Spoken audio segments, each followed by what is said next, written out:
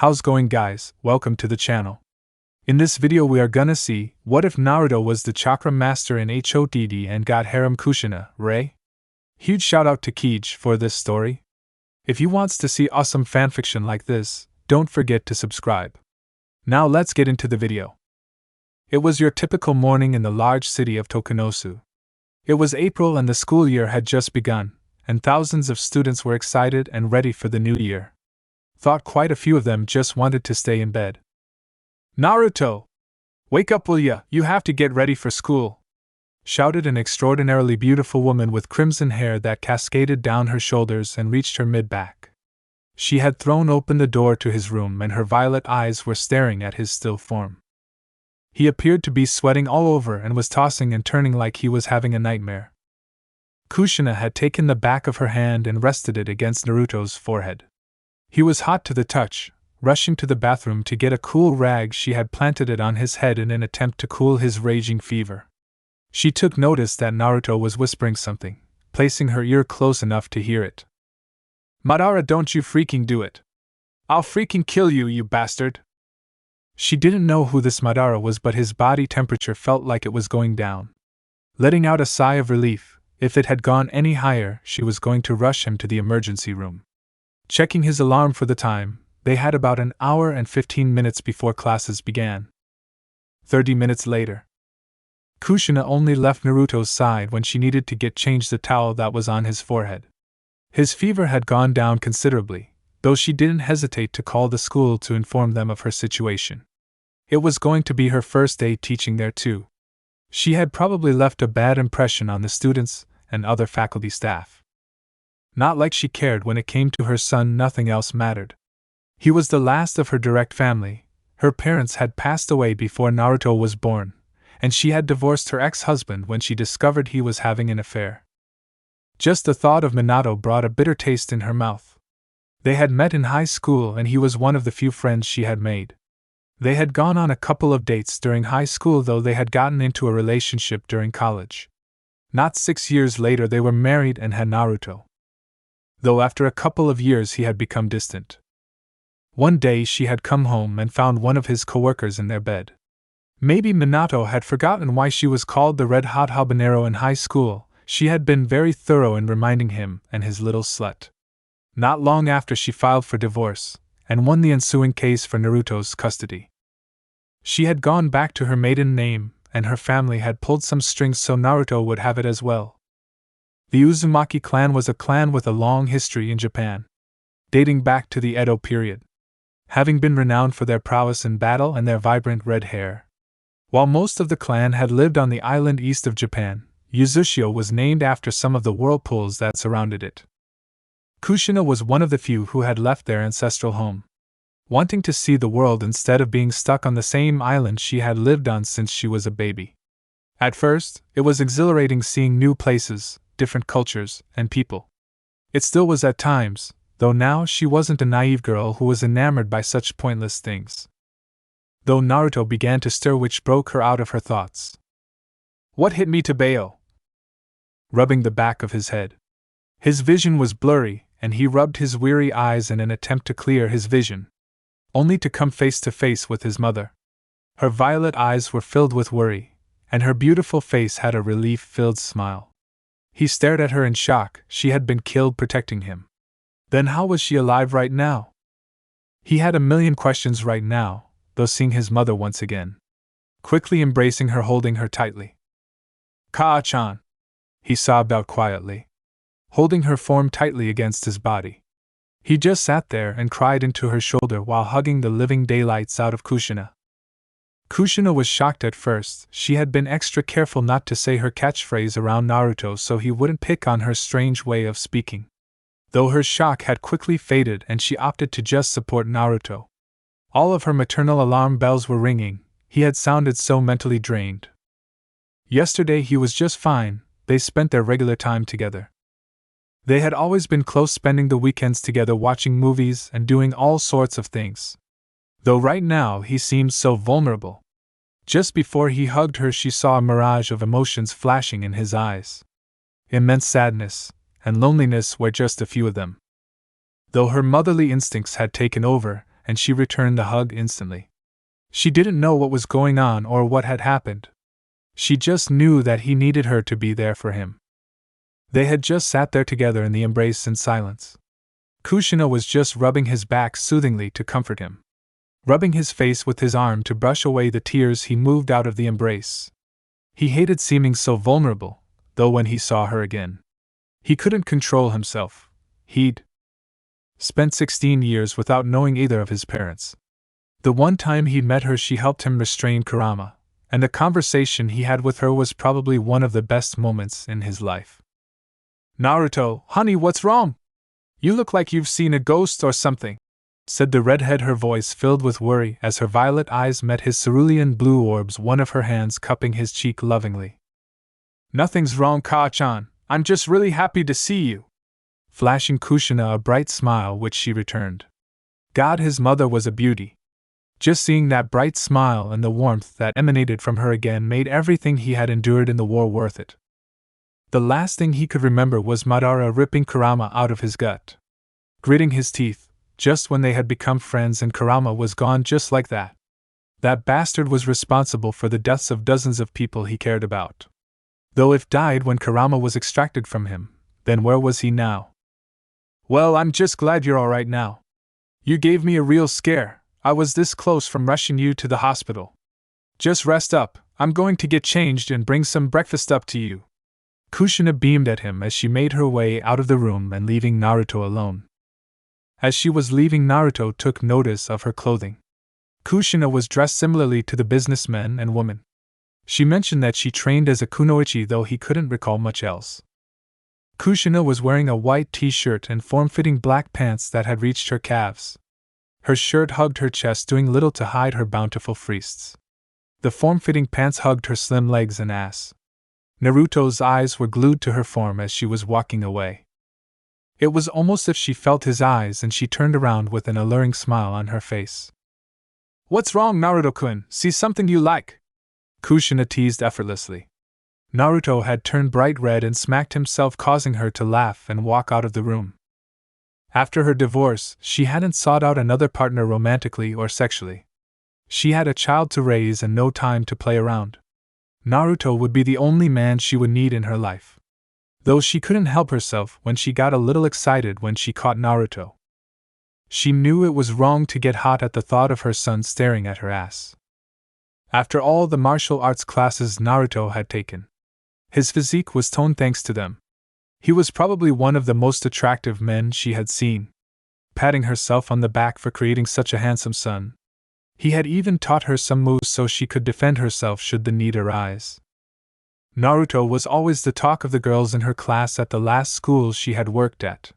She could tell why too. He was incredibly handsome and was a rolling mass of muscle. Now she was all hot and bothered. Breakfast would come later. Right now she needed some alone time with Naruto in his room. Naruto hadn't stopped slapping himself. He stared at his mother's ass and enjoyed it. What sick freak fantasized about his mother? Though he couldn't help it, she hadn't been a major part of his life due to her death. He couldn't help but see her as the beautiful woman she was. Her voluptuous figure was alluring. While he was still a virgin, he was Erosenen's student. Having proofread some of his Ika Ika series, he couldn't help but fantasize about her. Kami, damn these hormones. Slapping himself for good measure, he decided to get up and look out the window. Curious as to where he was, pushing the curtains aside. Naruto was shocked to find a bustling city, which was not Konoha or any other city or town he had been to. There were carts with 4 wheels that were being propelled on the ground at fast speeds, and there were giant whales in the air flying. Now some people thought he was an idiot, though that may have been the case sometimes. It was just a part of his mask most of the time though. No village had any buildings rising to meet the clouds, some of them were as tall as a bijou. If he wasn't in the elemental nations, where the hell was he? 2 months later. Walking through the halls of Fujimi Academy was Saya Takagi. It was just another boring day at school. Being the genius that she was, even slacking off, she made the best grades in all her classes. Walking into her science class, she glanced at the clock. It was the 6th period and the day was almost over. Their teacher had recently been hired and she was one of the few she respected and listened to. Even though Uzumaki-sensei was absent on the first day of school. Uzumaki-sensei's son had a terrible fever. Surprisingly, he was in the same grade as her. Speaking of the redhead son, Naruto had walked in and took a seat by the window. He was an anomaly to Saya. He had made pretty good grades in all his classes, excelling in the physical classes and electives. Most of the girls thought he was extremely handsome, which he was. Much to the disdain of all the boys, it was hard to try and date someone when all they talked about was another guy. That's what confused her. He had some of the best traits most girls were looking for. He was polite, intelligent, and strong. Yet he hadn't tried to date any of them. Though one thing was for sure. He was extremely protective of his mother. Some of the boys had hit on her and made some extremely vulgar remarks. Unfortunately for them, Naruto was close by. Just as Uzumaki-sensei was going to reprimand them, he had beat the ever-loving garbage out of them. The vicious beating had sent a message to all of the boys: disrespect or say anything foul about my mother, and you'll be next. He even went as far as to beating the kendo instructor in a spar when he had been way too friendly with Uzumaki-sensei. Siko Byusujima, the school captain of the kendo team, had watched over it. The fight was entirely one-sided.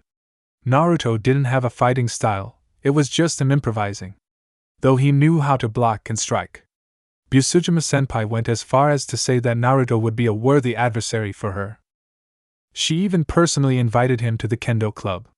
Which he turned down surprisingly. Usually any sane man would want to be close to someone as beautiful as Byusujima-senpai. Though his reasoning she had heard from listening to someone gossip was that he had said that he had nothing to learn from joining. Though she assumed he had said it respectively. He didn't seem like an arrogant person at all. It seemed as if he despised arrogant individuals. Those and bullies, he had always gotten into confrontations with those kinds of people. With Naruto just stared out of the window looking out at the blue sky. Honestly, he had no idea why he was alive. He had his bijou ripped out of him, and then he just woke up here. Anyone else aside from his mother, who was also alive here, died instantly after such an ordeal. It almost seemed like some form of divine intervention. He had adjusted to living here well. He finally had that parent bond he longed for all those years ago. He wasn't fighting in some damned war all because of a delusional madman's dream. At least life here was relatively peaceful. Compared to the elemental nations where the main business was being a shinobi. A hired killer, while he was sure there were some here. It wasn't as high in demand as the elemental nations. Here people could make an honest living doing honest work. That didn't mean everything here was perfect. In all honesty, it wasn't. He had learned the country he was residing in was one of the better off ones compared to the rest of the world. Even here in Japan, crime was everywhere. People were stealing things, committing murders, and selling drugs. Not to mention with the technology they had, the wars that had been fought were devastating. While in the elemental nations, sure, there were individuals like himself that could level entire mountains. Though he didn't know if he could do that anymore. It was one of the things that were bugging him. His chakra reserves had reduced to what he would assume a typical chunin's would be. While he could just fix this by training rigorously, exhausting them and letting them refill again. It took him so much longer than normal to recharge them, even going into sage mode took almost 3 times as long. At least he could still use chakra. His reflexes, keen eyesight, strength, and stamina were the same, thankfully. He just couldn't go around throwing a Rasengan at everything. Naruto, focus on class, will ya? Kushina had said, calling out in front of the entire class. Letting out a sigh, his mom always loved to embarrass him with any chance she got. Giving her a nod, Kushina gave him a radiant smile. Her gorgeous red locks framing her beautiful face. A clip had prevented the hair from getting in the way of her gorgeous purple eyes. Kushina was the prettiest woman on the planet in his eyes. Unlike her garments at home that left little to the imagination. She was dressed professionally. A slate blue lightweight cardigan, and a white skirt that had reached her knees. No makeup was on her creamy white fair skin. He still had no idea why his father would cheat on her. Frankly, he didn't care either. Kushina had told him all about it, though she was quite confused when he asked where Minato was. Deciding not to think about him any longer, he just began working on the assignment she had given the class. 2 months later. Infection outbreak. The screams of people could be heard throughout the dark hallways of Fujima Academy. There was an announcement about violence breaking out, followed by the deathly screams of the man giving it. The ensuing panic that followed was total anarchy. People were trampling all over each other to escape. All semblance of humanity was gone, and all that remained was self-preservation. Not like it mattered as soon as they ran into those things. It had all went to hell. Naruto had waited out the initial panic that he knew would ensue. He only had one goal: find his mother and get the hell out of Dodge. Silently creeping through the blood and gore-covered hallways. Coming across 3 students, all of which were pale in color and covered in blood. His icy cerulean eyes narrowed. He was just about to introduce them to his taijutsu when they had just walked past him as if they couldn't see him. Crouching down and grabbing a piece of debris, he threw it down the hall. This garnered a reaction from the trio as they growled and clumsily made their way to the noise. If they were attracted by noise, this would be easy since he was a trained shinobi. He had a hidden pouch of ninja tools that he always kept with him just in case of emergencies. Drawing a pair of kunai, he continued down the hall towards his mother's room. Running up another flight of stairs, he saw 2 students. Saya Takagi and Kota Hirano, if he remembered correctly. The 2 had some blood on them, though they still retained the color of skin, and Kota was pointing a modified weapon at him. Saya had waved him over, though she held a finger over her mouth signaling him to be silent. Quickly making his way over to the duo, he scanned the area around them and determined it to be safe for the time being. Uzumaki-san, good to see someone who uses their brain. We're headed to the staff room to get the keys to a car and leave. Care to join us? Saya had said to Naruto in a hushed tone. No, I don't plan on leaving without my mother. Will you 2 be alright if I leave you? Those things are attracted to noise. He whispered back, still scanning the area. Some of those things had begun walking towards them. Dispatching them with ease, he crouched back down by the duo who were staring at him with awe. Saya and Hirano had struggled with a ranged weapon to take out a small group of them, and Naruto had just taken out 5 of them with his kunai with ease. He was someone you would want to protect you in this scenario. After I get her, I'll meet you 2 there, okay? Naruto said in a rushed tone as he silently ran away, not waiting for their response. Kushina's room was just another flight of stairs above him. 10 minutes later. The lack of blood on the walls and floor eased him just a little bit. If they hadn't reached this area, then hopefully she was safe. She didn't have a class right now, though that didn't mean she had gone to look for him. He prayed to whatever god there was that she had just locked up and waited for him. Arriving in front of her door, he could hear a small group of people whispering to each other, though he couldn't make any of it out. Knocking softly on it, the voices had stopped. Ka-chan, are you in there? Naruto voiced out softly, not wanting to draw the attention of the dead. Hearing a soft gasp and rushed steps, the door slid open. His eyes watered at the sight as he felt a weight lifted off of his shoulders. There was Kushina Uzumaki. She was crying and had quickly hugged him. Returning it without a second thought, he hugged her tightly. It would have been some cruel joke if whatever deity was up there had taken her from him again.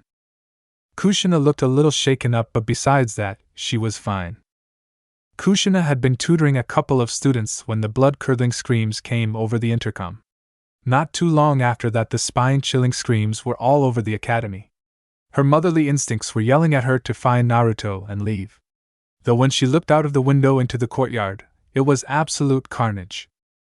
She had just prayed to whatever deity there was to protect her son. A loud noise had interrupted the two's reunion. One of the students hiding inside the room had knocked something over. Naruto could already hear the dead staggering down the hall towards them. Stepping away from Kushina, he gently pushed her back into the room. Stay quiet, do not leave this room. No matter what you hear outside. Naruto had voiced in a tone that left no room for argument. Kushina had peeked back into the hall and saw the oncoming group of the dead. Every fiber of her being had wanted to take Naruto and run. Call her a worthless teacher for wanting to abandon her students. She could care less. She had seen what they were capable of, and her son wanted to face dozens of them by himself. They'd torn people apart in seconds, and he wanted to charge into them alone. Just as she was about to protest, Naruto gave her a gentle smile. While he didn't know the students, he wanted to protect them and her. If it was this bad in a gated-off academy, he couldn't picture how bad the streets would be. Every person he saved now would be one less of them he had to kill. Dashing down the hall, he could hear Kushina's cry out his name in a choked voice. His heart clenched at hearing how pained she sounded. He'd have to make it up to her in some sort of way, now that the world's gone to garbage. He'd definitely need to improvise. Shaking his head to clear his thoughts and focus on the upcoming fight, his cerulean eyes narrowed at the dozen or so corpses. Being surrounded by them was something he didn't want happening. With Kakashi and Co. Staff room. "I don't think we should wait much longer for him. It's beginning to get dark," said the second-year Takashi Komuro. This entire situation had everyone in the room a little unsettled. The news broadcast they had just watched didn't help any either. Everyone was already on edge due to the recent events. Every other country in the world was affected by whatever disease this was. In a matter of hours, the world they knew was gone. "While Naruto would be a capable person on our team, I have to agree with Komuro-kun," said Siko, voicing her opinion. They were burning what precious daylight they had left. They were a couple of miles away from the city, and if it was this bad here, the city would be a living hell to go through. Saya bit her lip. Both of them were right. They'd waited long enough for Naruto. What's to say he hadn't left with his mother anyways? "Fine, let's go." All of them had gotten into the planned formation they had talked over. Kakashi in the center, with Rei on the left flank, and Siko handling the right flank, while Shizuka and Saya were in the center, leaving Koto to bring up the rear. Just as they were about to rush out of the door, the moans and groans of the dead outside had stopped. Sliding the door open, they saw the blonde they had been waiting for. He removed a kunai knife from the skull of a corpse on the ground. Kushina was just beside the doorway to the staff room, wrapped in Naruto's jacket. "Care to fill me on your plan?" Naruto said as he placed the kunai back in its pouch that was strapped to his leg. "We're going to the bus and helping survivors for now," said Saya. Naruto nodded at the plan. "Alright, let's get going. Kaa-chan, if you could get in the middle of the formation, I'll help bring up the rear," Naruto said, and they all nodded. Having someone who was able to take out a group of the dead silently wasn't to be questioned. They had made their way outside with relative ease. Blood and corpses littered the campus as they stood next to a guardrail. A large group of undead had amassed in the courtyard. It was rather silent now, besides the groans of the dead. "Don't begin fighting unless you need to," said Siko seriously as they stared down at the horde. "They respond to sound and are strong enough to break down a door. If they get a hold of you, you're going to get eaten," added Saya. A gust of wind blew past them, filling their nostrils with the foul smell of death. A scream of terror was heard by the group, and they all went into action. Naruto saw 6 students, 3 males, and 3 women, stuck on a staircase with the dead coming from both sides. Kota had taken one of them down with his improvised gun. While Naruto and Siko had leapt from the balcony above, Naruto drove a kunai into the skull of one of them and threw a kunai embedding it in the skull of an undead female student. Siko had delivered swift yet powerful blows to the skulls of the undead closer to the group. While Takashi guarded Kushina, Shizuka, and Saya, Rei had dispatched of the undead at the foot of the stairs. Naruto had looked the group of 6 over. None of them appeared to have any wounds. "Have any of you been bitten?" said Siko as she gripped her bakken firmly. Her blue eyes narrowed at them. "And no, none of us have been bitten," stammered a girl with short black hair. "We're getting out of here. Want to come with us?" said Naruto as he holstered his kunai and went to pick out the other one from the skull of the zombie. Knowing how the world is now, it was going to be hard to find supplies, weapons included. "Why, yes, we would," stuttered the same girl, obviously shaken up by the ordeal. Naruto grimaced. A larger group meant they would go slower, and the possibility of one of them making noise increased. They'd also go through whatever supplies they gathered faster. Filling his thoughts for later, the group began making their way to the parking lot. 15 minutes later, Naruto sat down on the stairs and relaxed for just a moment. Kushina had sat beside him and pinched his cheek. Naruto pouted at her. She was glaring at him while still pinching his cheek. "I have a bunch of questions for you, mister," Kushina said quietly as she released his cheek. While she was thankful for Naruto's skills, she couldn't help but have inquiries about them. "Alright, Ka-chan, I'll answer them later. Just let me rest for a little bit," Naruto replied while rubbing his sore cheek. He'd been lacing his kunai with wind chakra so they wouldn't get dulled since he was using them constantly. His reserves were around 65% if he guessed right. Though he wanted to keep the use of his chakra to a minimum, with how chaotic the last couple of hours had been, he didn't know what the night had in store for them. "We need someone to validify if they're attracted to noise," said Siko as Naruto listened in on the conversation they were having. Taking out a kunai, Naruto offered it to Kushina. While ideally, he wouldn't want any of those things near her, from past experiences had taught him to be prepared for anything. "I'll go," said Kakashi suddenly as he rubbed his eyes. Both Siko and Rei had protested, but he stood firm. Naruto respected Kakashi for his courage. Not many people would volunteer going into that hellhole down there. There were probably 30 of them just lumbering around the lockers. If anything happened, Naruto would intervene while keeping the noise to a minimum. Not too long after Kakashi had gone down there, he signaled Siko, and they had begun exiting the building. Naruto held Kushina's hand as they silently made their way to the door, being wary of all the undead around them. Outside. Just as they all made their way out, there was a resounding noise from inside the building. One of the students had banged his makeshift weapon against the railing of the stairs as he made his way down. "Run!" Kakashi yelled, and not a second later every single one of the dead was making their way to them. "Stay close to me," Naruto told Kushina as the group made a mad dash to the bus on the other side of the parking lot. The parking lot was crawling with them. Naruto, Kakashi, Siko, and Rei were trying their best to clear a path for the group behind them. Naruto threw some shuriken and went through hand signs. This jutsu would take a chunk out of his already dwindling reserves. Ninpu, Shuriken Kaiga Bunshin no Jutsu, Ninja Art, Shuriken Shadow Clone Jutsu. Everyone stared in awe at what had just happened. Naruto had thrown one shuriken, and it had turned into 30. It had just about cleared the path to the bus. Though now wasn't the time to question what had just happened. Siko had taken point and with a powerful strike cleared out the last zombie in front of the bus. Naruto and Siko were defending the entrance to the bus as what was left of the group boarded. They could still hear the screams of the students they had rescued minutes ago were being devoured. "Busujima-senpai, you go ahead and get on," Naruto said as he buried a kunai into the head of a faculty member. Siko nodded and ran inside, quickly followed by Naruto as the bus's engine roared to life. As he was about to shut the door, they heard someone shouting. "Help us!" yelled a student. Naruto looked out the window and saw Koichi Shido and growled.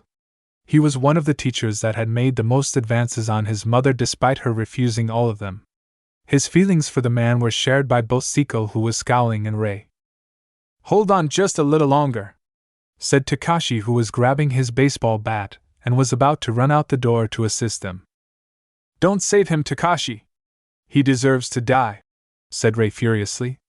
As they were debating on helping him or not, Naruto heard a cry of agony and looked towards it. Shido had just kicked a student in the face who was now writhing in pain. It didn't take a genius to know the man had kicked him in the face. The screams of the student had attracted a considerable amount of the swarm as Shido made his way onto the bus. "You'll regret saving him," said Rei with a deep scowl as she glared at Shido. Forced to take a seat since Shizuka floored the gas and ran over some of the dead as she rammed through the gate. Kushina was giving Naruto a worried look as he took controlled breaths. She had noticed that ever since that dreaded fever that Naruto was slightly different. He had become very mature and even more protective of her. Resting her head on his shoulder, she just hoped they would get through this together. Minutes after escaping the school, Naruto's piercing cerulean eyes bore holes into Koichi Shido as he choked the man. While the others probably didn't see or notice it, Naruto saw the man kick a student in the face to draw the attention of the dead. Naruto knew a snake when he saw one, and this man reeked of cowardice. He wouldn't think twice before sacrificing anyone in their group if it benefited him. Just a couple minutes ago he had implied that he would be the best candidate for leading them. Just the glint in his eyes told Naruto everything he needed to know. "Hey, let go of him, you bastard!" yelled a student with hair that was dyed blonde as he grabbed one of Naruto's arms. Before anyone could blink, he was on the ground writhing in pain, clutching at his chest. Naruto's eyes never left Shido's as he glared at him. Shido's yellow beady eyes were full of fear as he grabbed at Naruto's hands, trying his best to lessen the blonde's grip on his throat. "You think I didn't see the shit you pulled back at the school? How you kicked that student in the face and left him to die?" Naruto growled out. Everyone had gasped at what he revealed. Shido had just begun to lose consciousness, and Naruto intended to kill him then and there. That is, until Shizuka stepped on the brakes of the bus. "I've had it. I can't drive with all this commotion," Shizuka said with an exasperated expression. "I'll finish you later." Naruto snarled out at Shido, who was coughing. Naruto delivered a solid punch to Shido's face, effectively knocking him out. Looking out the windows and only seeing a minute amount of dead, Naruto took notice of a convenience store just beside them that appeared relatively untouched. The clerk was just standing there staring into oblivion. "Komuro and Miyamoto-san guard the bus. Busujima-senpai and any other able-bodied person come help gather supplies. Shizuka-sensei stays at the wheel just in case we need to bail out fast," Naruto declared. "Who made you the boss all of a sudden?" screeched an orange-haired girl that was part of Shido's group. Naruto didn't bother to listen to anything else she said, departing the bus and being followed by the rest of his group. Not a single person from Shido's group came to help them. It would be their loss. Quickly dispatching of the dead in the area, Naruto stealthily made his way to the door. Pushing his way inside, he scanned the store, and the only person inside was the cashier. "Get all the food, water, and medicine you can," Naruto whispered out to the group. The small group had begun filling their bags with whatever they could find. Naruto felt someone sneaking up on him and turned around and found Siko behind him. "Sorry to startle you, Uzumaki-kun, I just wanted to talk to you," Siko had said with an apologetic tone. "Just call me Naruto, please," Naruto replied while giving her a small smile. He'd let his emotions get the better of him on the bus. He'd seen enough of Shido's kind to tell that he was a manipulative bastard. Deciding to focus on the task at hand, Naruto would deal with the snake later. The smile Siko gave him would have made any lesser man blush with her shiny pink lips and beautiful purple hair. Being a student of the most renowned pervert in the elemental nations, he had some resilience to her charm. Give her a couple of years and she'd probably rival the natural beauty his mother had. "Well, Naruto-san, you can just call me Siko. It's like you've been training your entire life. The fluidity in your movements and your speed." She had a knowing tone. She knew something was suspicious about him. She wasn't wrong. From the age of 7 he had begun his training into becoming a shinobi. If only she knew he was holding back. "The same could be said for you, Siko-chan," Naruto replied as his cerulean eyes met her dark blue orbs. She stared at him in surprise at the use of her name, and couldn't help but laugh at how bold he was. Hearing her laugh brought a smile to his face. Despite how grim their given situation was, it was moments like these that you had to treasure. "You know, I've seen a lot of people fought a lot of people too. Not one of them has ever fought like you. Not to mention what you did with the shuriken," Siko had said to him while looking at him with a contemplative look on her face. Naruto scratched the back of his head as he thought of an answer. "Well, I trained myself for the most part, though later in my life. I had some help from my father's old sensei," his voice becoming sad at the mention of Jiraiya. His death still brought a pang of hurt to his heart. Sensing his sudden mood swing, Siko knew something had happened to his sensei. "Ah, Naruto, I'm sorry. I didn't mean to bring up bad memories." "It's fine, you didn't know. Yeah, that old geezer taught me a lot though," Naruto had replied, trying to make a joke to lift the depressing mood. Elsewhere in the store, Kushina was filling her bag with whatever medicine the convenience store offered. There were just basic painkillers, some gauze, and various other medical goods. Though her mind was elsewhere. She had never seen Naruto that furious before.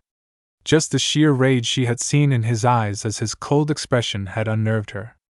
All of it was focused on Shido. Naruto would have killed the man if it wasn't for Shizuka-san slamming her foot on the brakes of the bus. She knew Naruto only wanted to protect them. Shido was implying that their group needed him as the leader to manage their resources. He had said as one of the only 3 adults that he would be the most suitable individual for the role, which had implied that the rest of them were inferior to him, and that he would prevent any conflict from arising in their group. After his speech, it was followed with applause from his group. That's when Naruto had begun his vicious beating of the teacher. Feeling someone tapping on her shoulder, she turned to them quickly. Whoever it was had snuck up on her in complete silence. She let out a sigh of relief when she found it to be her son. "Ka-chan, we're leaving now, come on," Naruto said softly as he offered her a hand since she was crouched on the ground. She gratefully accepted it, and he hoisted her up with ease, reaching down to pick up her bag full of various medical supplies and food. Naruto snatched it from her while giving her a grin. It was crazy to think that just minutes earlier he was about to kill a man. Not that she was fearful of her son, she knew he had her best interests in mind. "You know I don't like you snatching anything from me." Delivering a light smack to his head, in turn, he laughed much to her ire. "Naruto, what do you plan to do with Shido?" At this the blonde's mood became serious. Those cerulean eyes she loved had become icy and his face was impassive. "He's already manipulated his group to follow his will. He's the kind of man willing to do anything if it ensures his survival. I refuse to let anything happen to my friends, and especially you. If it comes to it, I'll kill him." Naruto's voice was bitter throughout the speech. He couldn't help but be angry when he talked about Shido. The bastard had reminded him of Kabuto and Orochimaru. He was trash that had abandoned a student that placed his trust in him. Not only that, but he proceeded to injure him so he could make it out safely. While Naruto was a naturally forgiving person, he wouldn't be taking any chances of leaving the man alive. A man like Shido wasn't to be trusted. He'd make sweet promises to your face, just to plot against you as soon as you turned your back. "You're just my knight in shining armor, aren't you, Tebane?" Her loving voice was music to his ears. Her verbal tick had come out, though she didn't seem to have a care in the world. "What have I done to deserve a son like you?" Kushina was giving him one of the most radiant smiles he's ever seen from her. Her silky red tresses that their clan was known for. Those luscious rosy lips, and creamy skin. Not to mention her mesmerizing violet eyes, she truly was the most gorgeous woman he's ever seen. It wasn't just her looks either. She was the most caring and cheerful person he had known. She always looked out for him, regardless of the situation. Though she was also one of the most impulsive, eccentric and irritable too. That just added to her beauty and made him love her even more. Probably more than a normal son should love his mother. "You've done more than you know. I love you, Ka-chan, and I promise nothing will happen to you," Naruto had replied quietly, averting his eyes from her form. He didn't want to make things awkward between them, especially now. "I love you too. We'll finish talking later," Kushina replied, still smiling while cupping Naruto's cheek lovingly. Removing her hand, they both made their way out of the store, followed by the rest of the group. Stepping back into the bus, the door was quickly shut. "Took you guys long enough," grumbled Kakashi, looking annoyed. Everyone from Shido's group had been mumbling to each other the entire time they were gathering supplies. It was rather boring watching. "Be quiet, Komuro. It was a good idea to stop and get all of this while we can," said Saya as she struggled to carry her bag full of goods onto the bus. Casting a glance back at Shido, the man was still knocked out. Just how strong was Naruto? They were the same age, and yet he displayed skill in martial arts that probably surpassed her father's ability.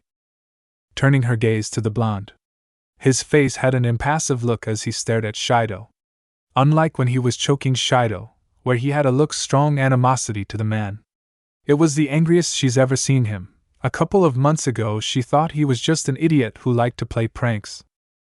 When shit hit the fan at the school, he'd become an entirely different person. It was as he flipped a switch. Gone was the prankster she loathed, replaced with a cold and calculative person who wanted to protect his friends. "And we're off," said the busted blonde at the steering wheel. The bus was moving at a decent speed, though they slowed down when they reached the tunnel they were supposed to turn into.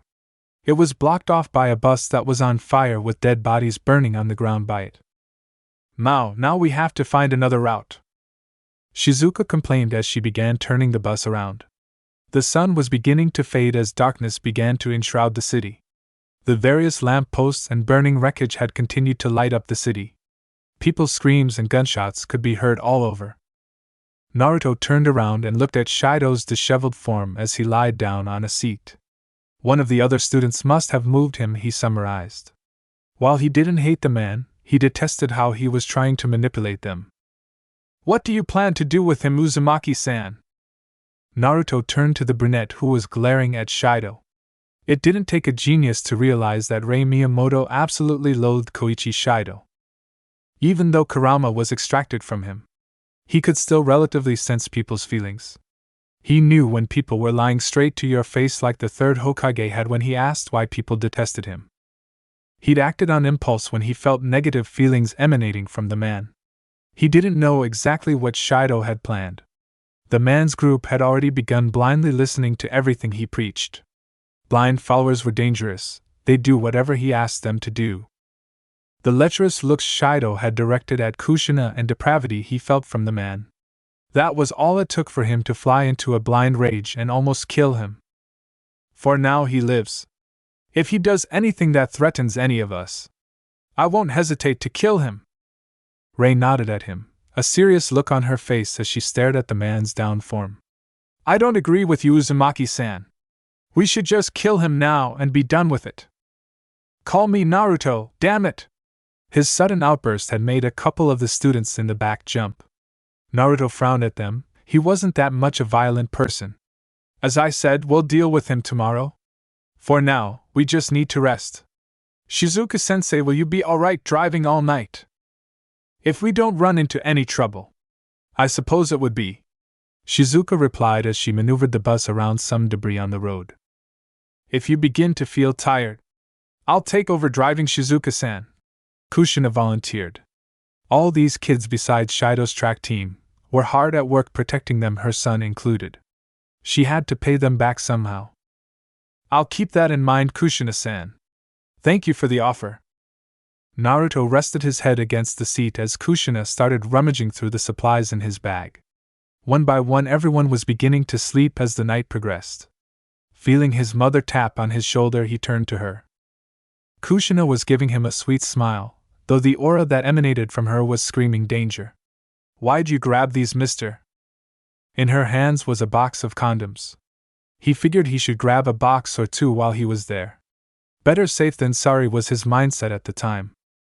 I can explain. Naruto began nervously, though the look she gave him made him shut his mouth. Damn, she was scarier than the Shinigami. Crying internally at his misfortune. Kushina had continued to glare at him before she began giggling at him, being wary not to wake up anyone. Well, at least you're being careful. In such a short time Naruto had grown into a man she could depend on. Whenever she had needed help around the house, Naruto was there. The past couple of months she hadn't needed to do anything around the house besides cook. Naruto had begun doting on her, and she adored it. Naruto was unlike any man she had met. Plenty of people had acknowledged her beauty as she matured. She was pretty and came from a very influential family. Both qualities attracted sleazy politicians and perverts. Both were people who just wanted to use her family name for their benefit, or just get into her pants.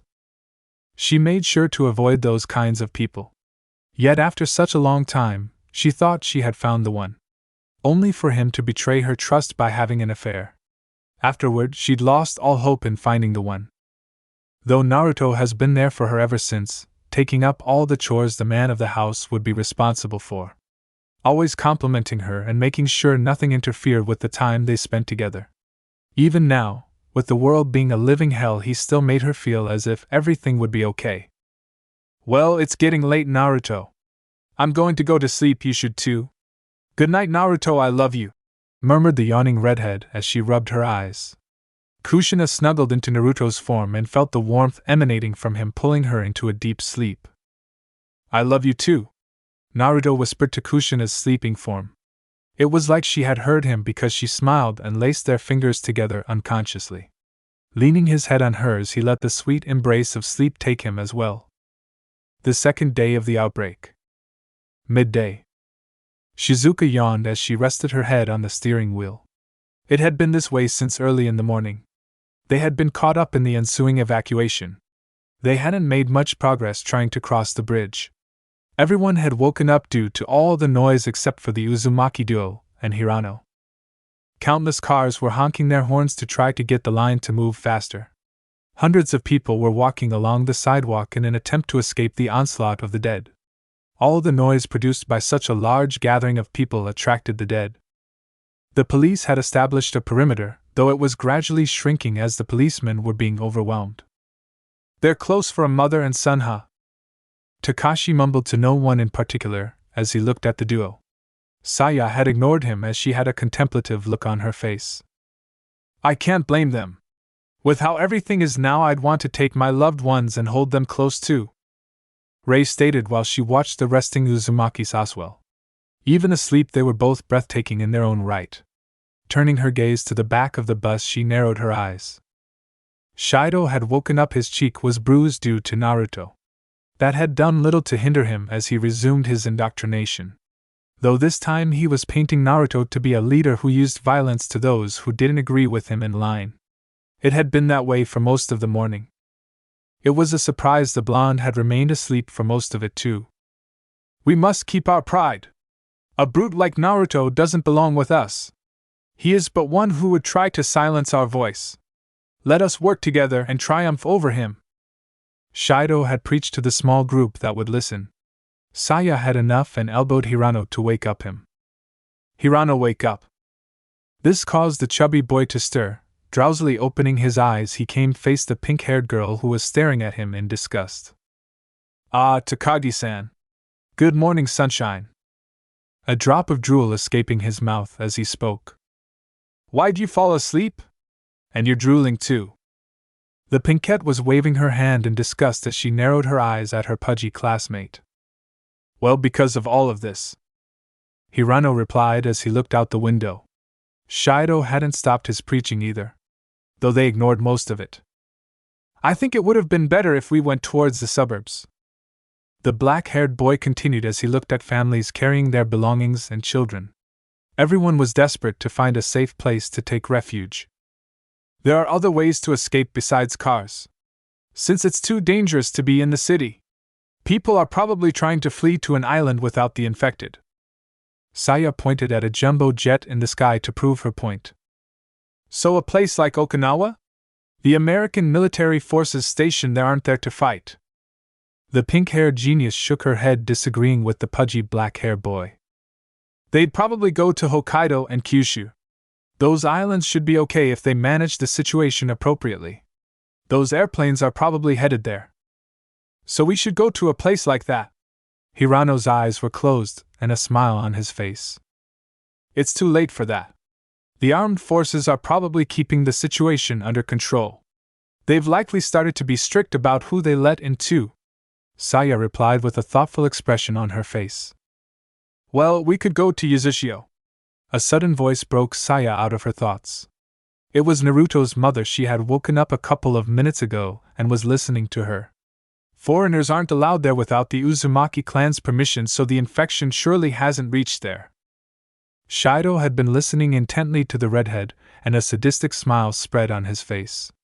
The crimson-haired goddess was his ticket to safety. He'd manipulate her to try and get on the island. While he was afraid of the redhead's son, he'd just need to run outside and say the man was trying to murder him. Surely the police would arrest Naruto. "They'd let you and your son on the island. But what about the rest of us?" Saya retorted. "I'm the daughter of the patriarch of the clan. Otosama is a kind man. He'd let you and your families come with us," Kushina responded with a smile. As one of the three adults there, it was their responsibility to take care of them and try to reassure them. Unlike Shido trying to brainwash the other students. A frown was on Kushina's face as she listened to the despicable man. Currently, he was caressing a female student's face sexually. Kushina looked towards her son, who was sleeping peacefully. Feeling something in her hand, she looked down to find hers and Naruto's fingers interlocked together. She must have done it in her sleep, it felt so right though. Just a simple touch sent butterflies to her stomach. Kushina began nudging Naruto in a bid to wake him up. Not too long after, the blonde groggily opened his eyes. "You awake, sleepyhead?" Kushina teased the blonde. Naruto turned his gaze to the breathtaking form of his mother and gave her a small smile. Hi. Naruto yawned. He went to stand up and stretch when he felt a firm grip on his hand. Looking down, his face went red when he realized he and his mother were holding hands. Not in a friendly manner either, their fingers were still entwined since last night. He'd expected her to release it when she woke up. Looking towards her, cerulean eyes meeting violet ones. Kushina had averted her gaze from Naruto in a bid to try and hide the crimson blush on her face. "He's comparable to a recruitment officer for a religious cult." Siko's sudden voice from in front of them broke them out of their moment. Narrowing his eyes, Naruto turned around and looked towards Shido. The man hadn't realized he was awake and was still spouting nonsense. "Comparable to? No, that's precisely what he's doing," Saya replied to Siko as they looked towards Shido Oswell. Rei had a nasty scowl on her face, while Kakashi just stared at the man. An obvious schism had formed between the two groups. While Naruto promised to kill the man if he continued threatening the well-being of their small group. While he could easily do it, he preferred if he didn't have to kill anyone at all. The only way to prevent that was if their group separated. Given the status of the school, the city was bound to be even worse. Unless there was a safe place they could rest for the night. He didn't want to take the chance of leaving the bus, nor did he want to condemn the students following Shido to their deaths. "So, what are you guys gonna do? I wanna come too," Shizuka said as she applied the brakes to the bus and stood up. "You do?" said Saya, surprised at the admission. "Well, both of my parents are dead and my relatives live far away. It's rude of me to say this, but I don't like Shido-sensei." At that, all of them laughed except for Naruto. He was too deep in his thoughts on how to avoid any unnecessary loss of life. "Then what shall we do? This area of town is foreign to me," Siko said seriously, breaking the jovial atmosphere. "Well, my parents' estate is in the same area as Komoro's. Knowing them, they're probably fortifying it. We can go there and try to find information on everyone's family's whereabouts," answered Saya. "If we can't make it across the bridge today, we can stay at my friend's house. It's not that far away and it's gated off. She also has a tank for a car," piped Shizuka, more than ready to leave the bus. "It'd be nice to have a place to rest, don't you think so, Kakashi?" Rei said, joining in on the conversation. "It sounds safe enough, though getting there might be a problem," Kakashi said seriously, earning nods from everyone. Shido turned to look towards the front of the bus. Everyone up there was speaking to each other in a low tone, so he couldn't hear their conversation. Shido narrowed his beady yellow eyes as he saw this. They were plotting something. "What's wrong, you guys? We should be working together," he said to them. "Why would we want to work with you? You've heard what Uzumaki-san said. You kicked a student in the face to escape from the dead," Siko responded while glaring at the shady man. All she got was a shrug from the man. "It's survival of the fittest. He sprained his ankle. I'm not a strong brute like Uzumaki-kun, so I couldn't carry him." A devious glint in his eyes. "We have our own agenda. Plus, this isn't some school trip. We aren't entitled to stay with you," Saya replied to the man's previous question. This earned looks of hatred from everyone in the back, a dangerous gleam in Shido's eyes. "Oh? If you've decided to leave, then feel free to do so. Japan is the land of the free. Though it would be bad if our medic and fellow teacher left. After all, these students are relying on you," Shido said as he licked his lips towards the end, eyeing both Shizuka and Kushina. This earned disgusted looks from everyone but his cult. Naruto suddenly stood up and glared towards the man. His cerulean eyes pierced right into the man's soul with a look that promised death. "If it's the land of the free, they're more than welcome to leave filth like you. We were also on this bus first, remember? We let you on. When we could have easily left you all for dead. You'll do what we say," Naruto growled out while he glared at Shido's cultists. Taking a shuriken out of his pouch, Naruto threw it at Shido, grazing the man's cheek. The man took a step back and cowered in fear. "If you think of hurting anyone in this group, I won't hesitate to end your life. We're leaving, grab your things, everyone." This gained nods from everyone in the group. Kakashi picked up one of the 3 duffel bags filled with goods and hoisted it on his back. Naruto followed suit with the other bags. Siko and Rei exited the bus first, followed by Saya, Shizuka, and Kushina. "I'll cover the rear, Uzumaki-san," said Hirano as he pointed his improvised gun at Shido, making sure the man or his followers wouldn't do anything drastic. Naruto nodded at him, and they both exited the bus. Everyone had begun running up the overpass, leaving the bus and a fuming Shido. 5 hours later. "Maybe we should have stayed on the bus," Shizuka said as the group ran at a pace. They still had quite the distance to cover.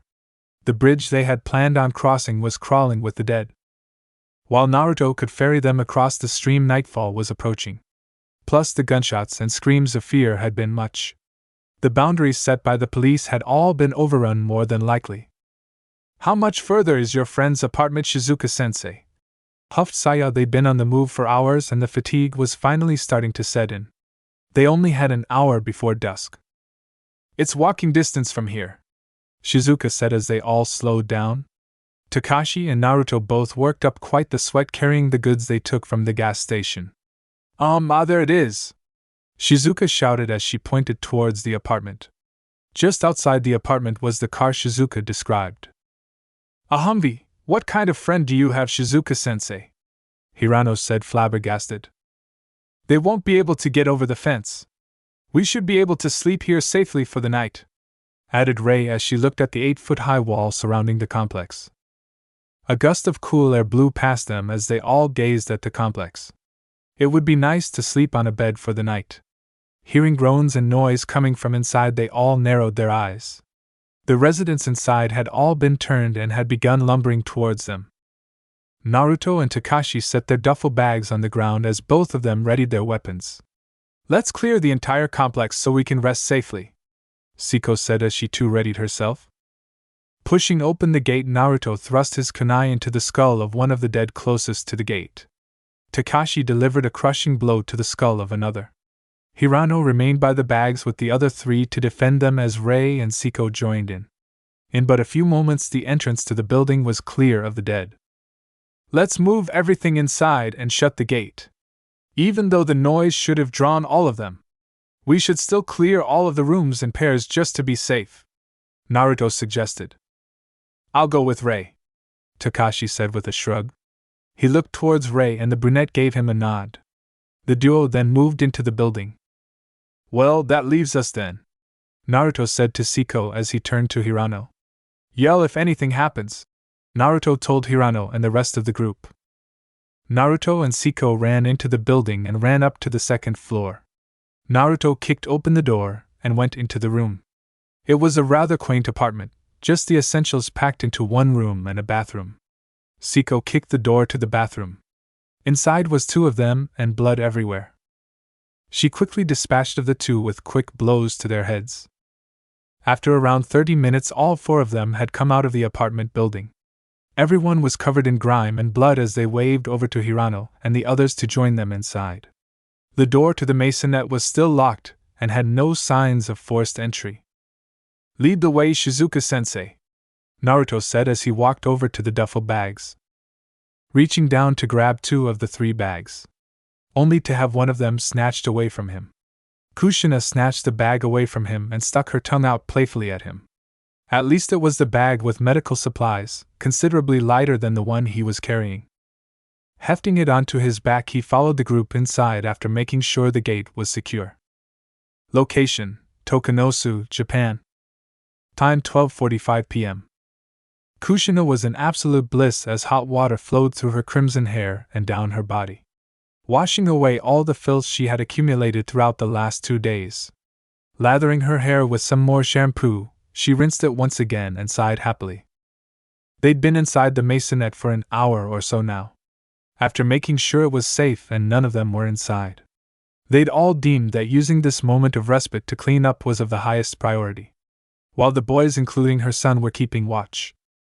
The longer they baited, Kushina had begun to worry that they were making too much noise, though she quickly dismissed that worry as soon as she heard the sirens and shouting from outside. It had been 2 days since the outbreak, 2 days since the world had gone straight to hell. Yet here she was taking a bath with a couple of her students and a coworker. Yeah, nothing would ever be the same again. Making sure to rinse her hair completely, she stood up and walked towards the bathtub that was currently occupied by Shizuka and Rei. Rei was being very grabby as she practically mauled at Shizuka's larger priests. Moving past the duo, she sank into the tub of hot water and hugged her knees against her sizable chest to make room. She laid in the hot water, her thoughts drifting to her blonde son. If it wasn't for him, there wasn't a doubt in her mind that she would have never made it out of the school. She noticed it months ago, ever since that damned fever he had. Naruto was different now. She'd be a failure as a parent if she didn't notice a change in her child. Naruto had gone to a couple of different dojos all around the area they lived in, and she joined him in some of the training. She didn't even recognize his fighting style anymore. It wasn't just that either. His otherworldly abilities were unexplainable, she'd never seen anything like it. He was even having frequent nightmares, where he'd call out the names of people she'd never heard of from him. Niji, Hinata, and Tsunade were only but a few. When he woke from the nightmare, he'd have such a haunted look on his face, like he'd lost something important to him. It had gotten so bad that they went to the doctors to get medicine for him to have sleepless dreams. She needed to have a conversation with him. She planned on having one with him 2 days ago before the outbreak started, when he had called out her name and thrown open the door to her classroom, covered in blood and other unsightly things. The look in his eyes, like she was the only thing tethering him to this reality. Then he swept her up and took her to safety.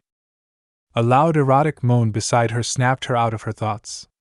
Looking towards the source of the noise, she sweat dropped. Of course, it was those two. Rei quite literally had her hands full with Shizuka's priests, and was squeezing them. The brunette suddenly pinched the older blonde's fipples, causing her to let out another louder moan. She was in the JSDF in her younger years, so she was used to skinship with other women. But these two were taking it a bit far. It sounds like we're in some weirdo Zeroge game, groaned out Saya, who was rinsing her hair, looking at the duo beside her. Why do we all have to take a bath together anyway?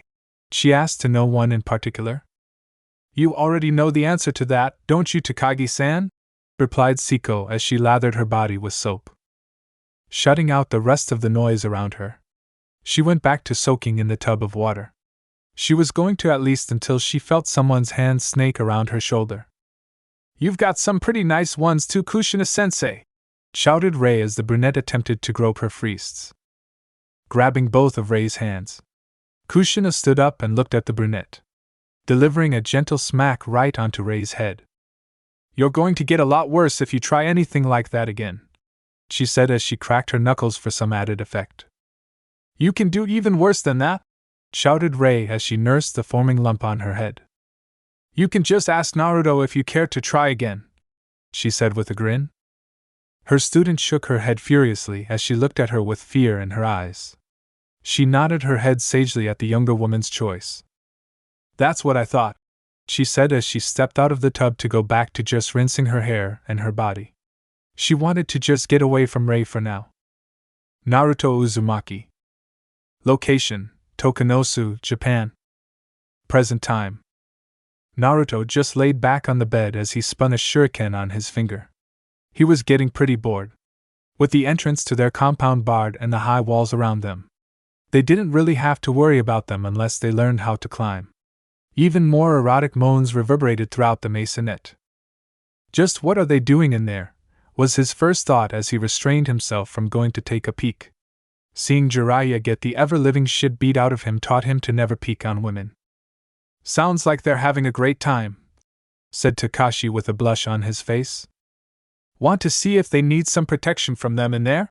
Asked Hirano as the two of them tried to pry open the safe again.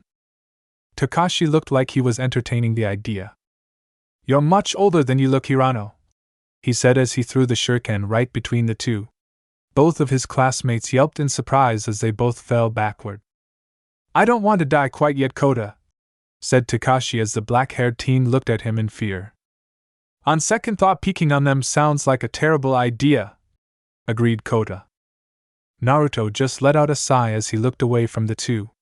His mind was running rampant now. It didn't take a genius to realize that all of the women in the bathroom were extremely well endowed. Having been the apprentice for one of the most perverted men in all of the elemental nations, he couldn't help but develop a very healthy appreciation for the female body. A blush formed on his face as he pictured all of the women in there, including his mother. Palming his face, Naruto blew some more air out of his nose. What kind of son has such depraved thoughts of their own mother? Incest wasn't irregular in the elemental nations, though marriage or a union between a parent and their child was extremely rare, only happening if a clan was at its dying embers. Shaking his head to rid himself of such thoughts, he turned his attention to his classmates who were trying to force the safe open again. You two need help with that? They'd been trying to pry it open for the last 10 minutes. The previous one hadn't even put up half as much resistance as this one was. The first safe contained ammunition for various firearms. Sure, why not? Said Kota as he handed him the crowbar. The chubby boy seemed more than eager for a break. Setting the crowbar into place, bracing his body and pushing forwards, Naruto cracked open the safe with ease. Looking towards the two who were resting on the bed, they were both staring at him with blank stares. We weakened it for you, Kakashi deadpanned as Kota nodded in approval. If it helped stitch together whatever pride they have left, it was fine with him. The two got off the bed as he turned to look at what was actually inside the safe. Like Hirano had said, there were definitely guns if there was ammo, though he had no clue what they were actually called. Some of them had looked pretty similar to the props he'd seen in movies with his mother.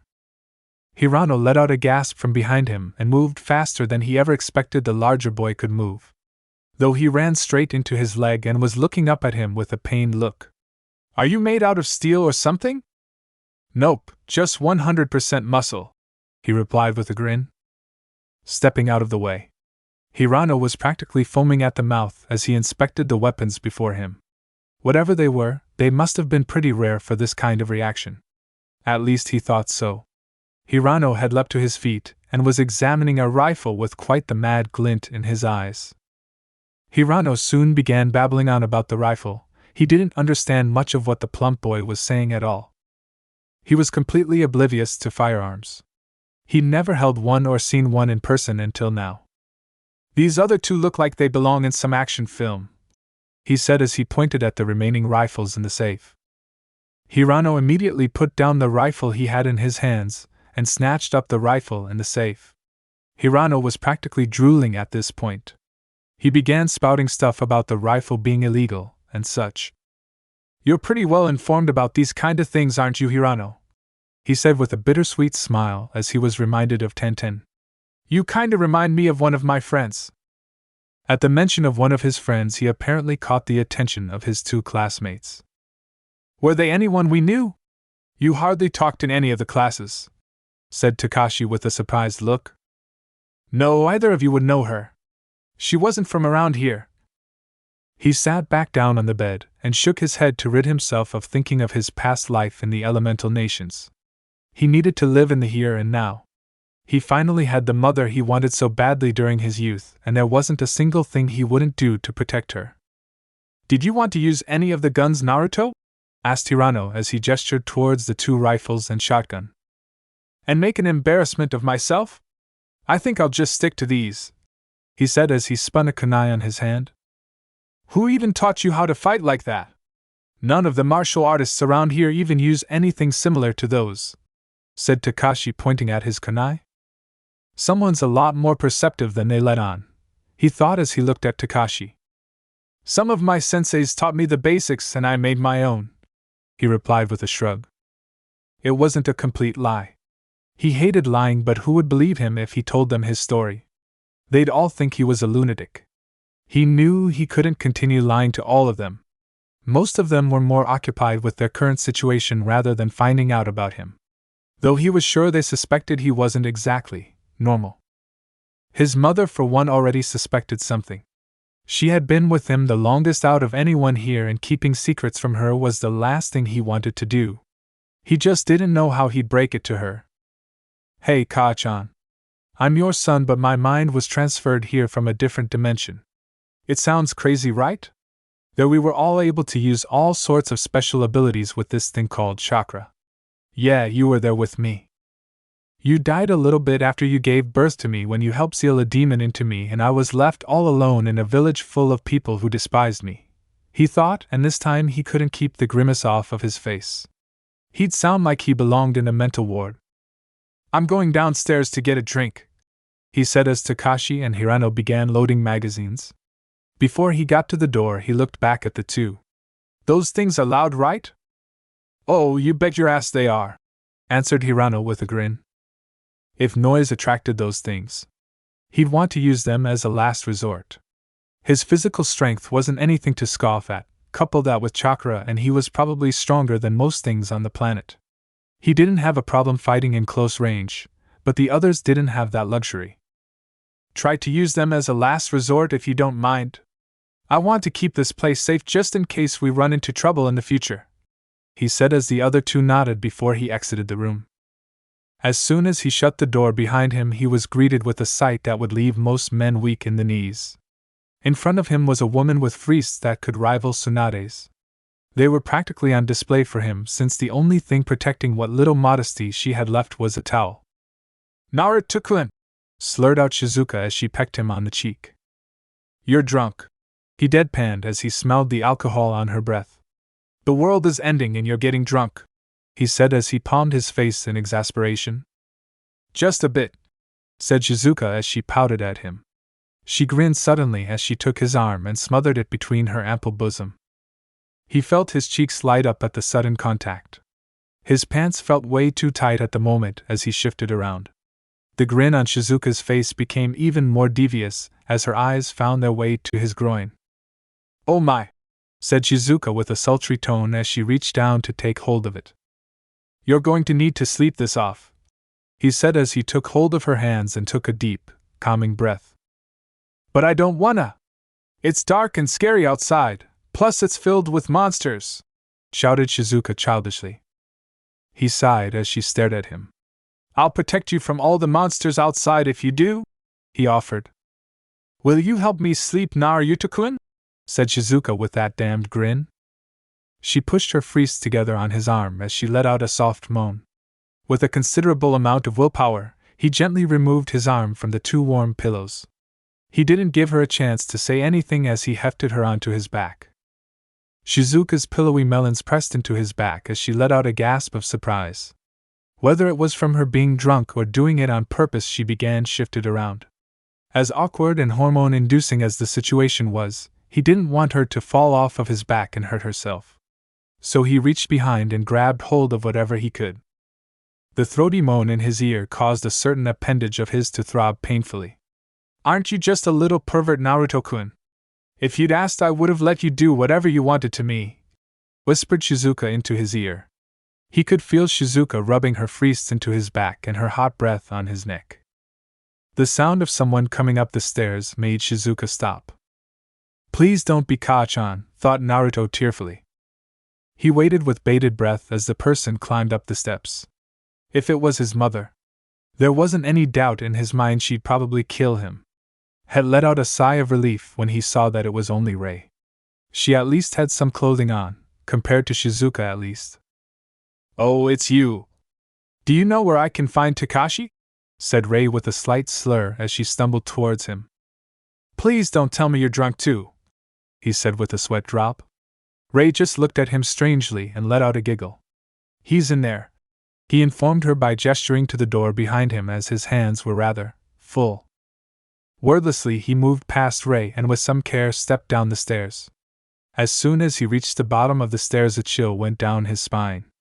Every instinct he had was screaming that he was in danger, and only one thing in this world was possible of that. Naruto Uzumaki, there better be a good reason as to why you're carrying her like that, said his irate mother Kushina.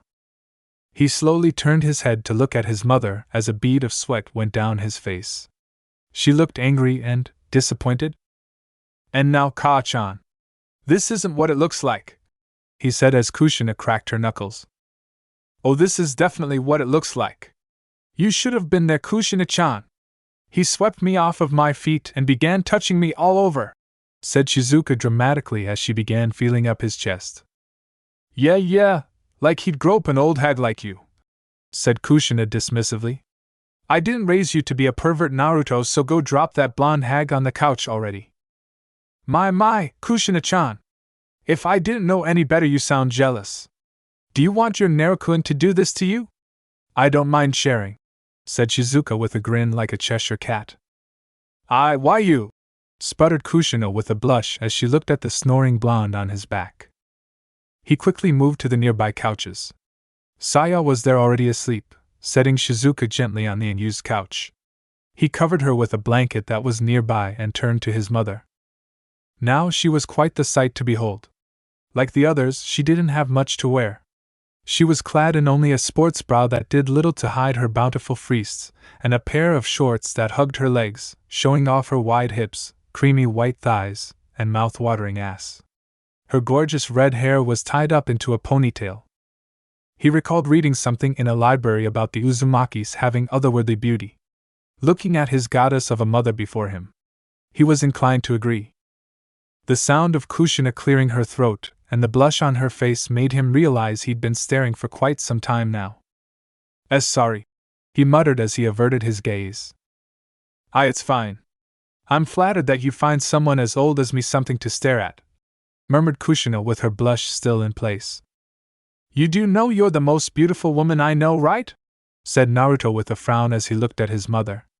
And you're delusional if you think you're some ugly old hag. His mother just stared at him.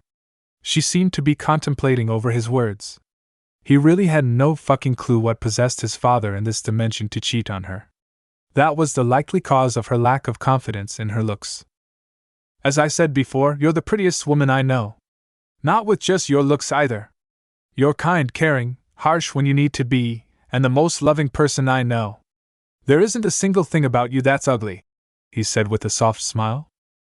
Kushina was still staring at him as she clutched a hand up to her chest. She looked torn on whether she wanted to believe him or not. Walking right up to her, he wrapped his arms around her and embraced her. Thank you, she finally said as she rested her head on his chest. Anytime, he said as he pulled away from their embrace. Kushina let out a cute sneeze as a gust of cold air washed over them. I'll go grab my jacket for you. He practically flew up the stairs, leaving his mother all alone. Idiot, he thought as he stopped halfway up the steps. He was just trying to get her to regain some of her confidence, but he ended up blurting out all of that. He heard someone arguing just up the staircase a bit, and raised an eyebrow. Climbing a couple more steps, he came across both Rei and Kakashi. The two of them looked like they had just finished. Rei was looking rather sad and Kakashi had quite a determined look. Strange.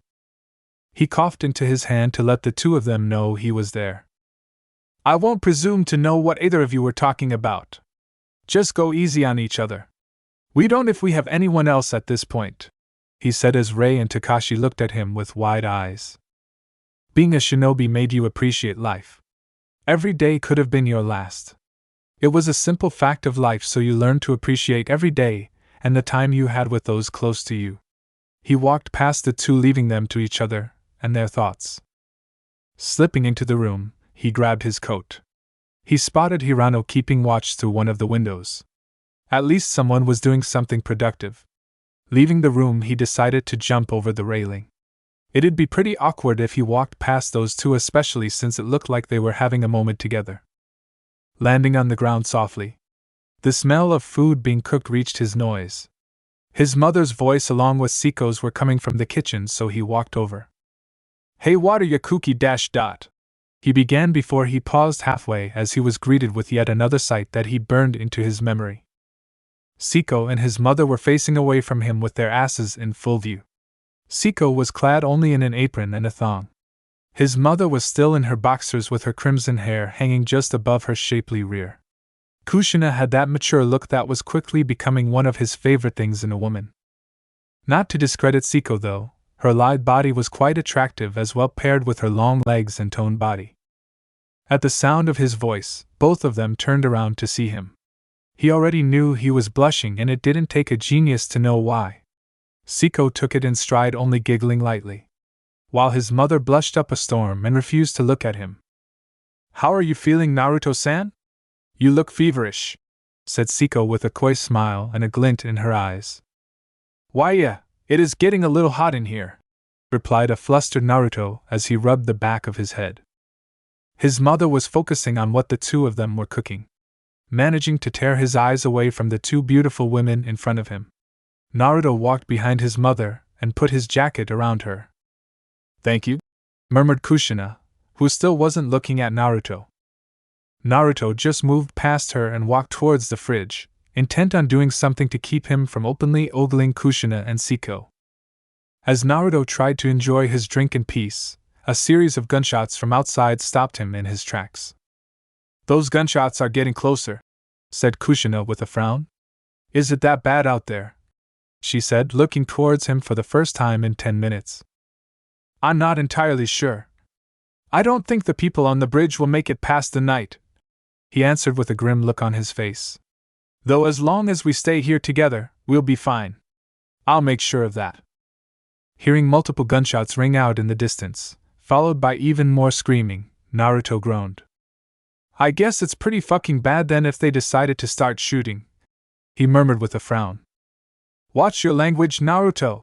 shouted Kushina as she whacked him upside the head.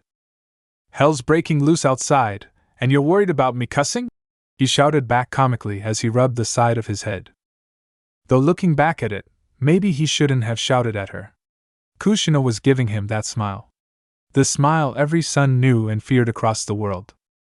"I don't care what's going on in the world," Kushina began with a sickly sweet smile.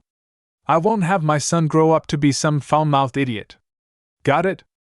"Yes, ma'am," he replied instantly while nodding. Siko was just looking at the two of them while laughing softly. When Kushina wasn't looking, the purple-haired teen imitated a whip at him. She didn't get it, mothers were terrifying, but Kushina Uzumaki was something entirely different. She was known as the red-hot habanero for a reason. "I'll go check up on them up there. Would you watch this for me, Kushina-sensei?" asked Siko as she straightened out her apron.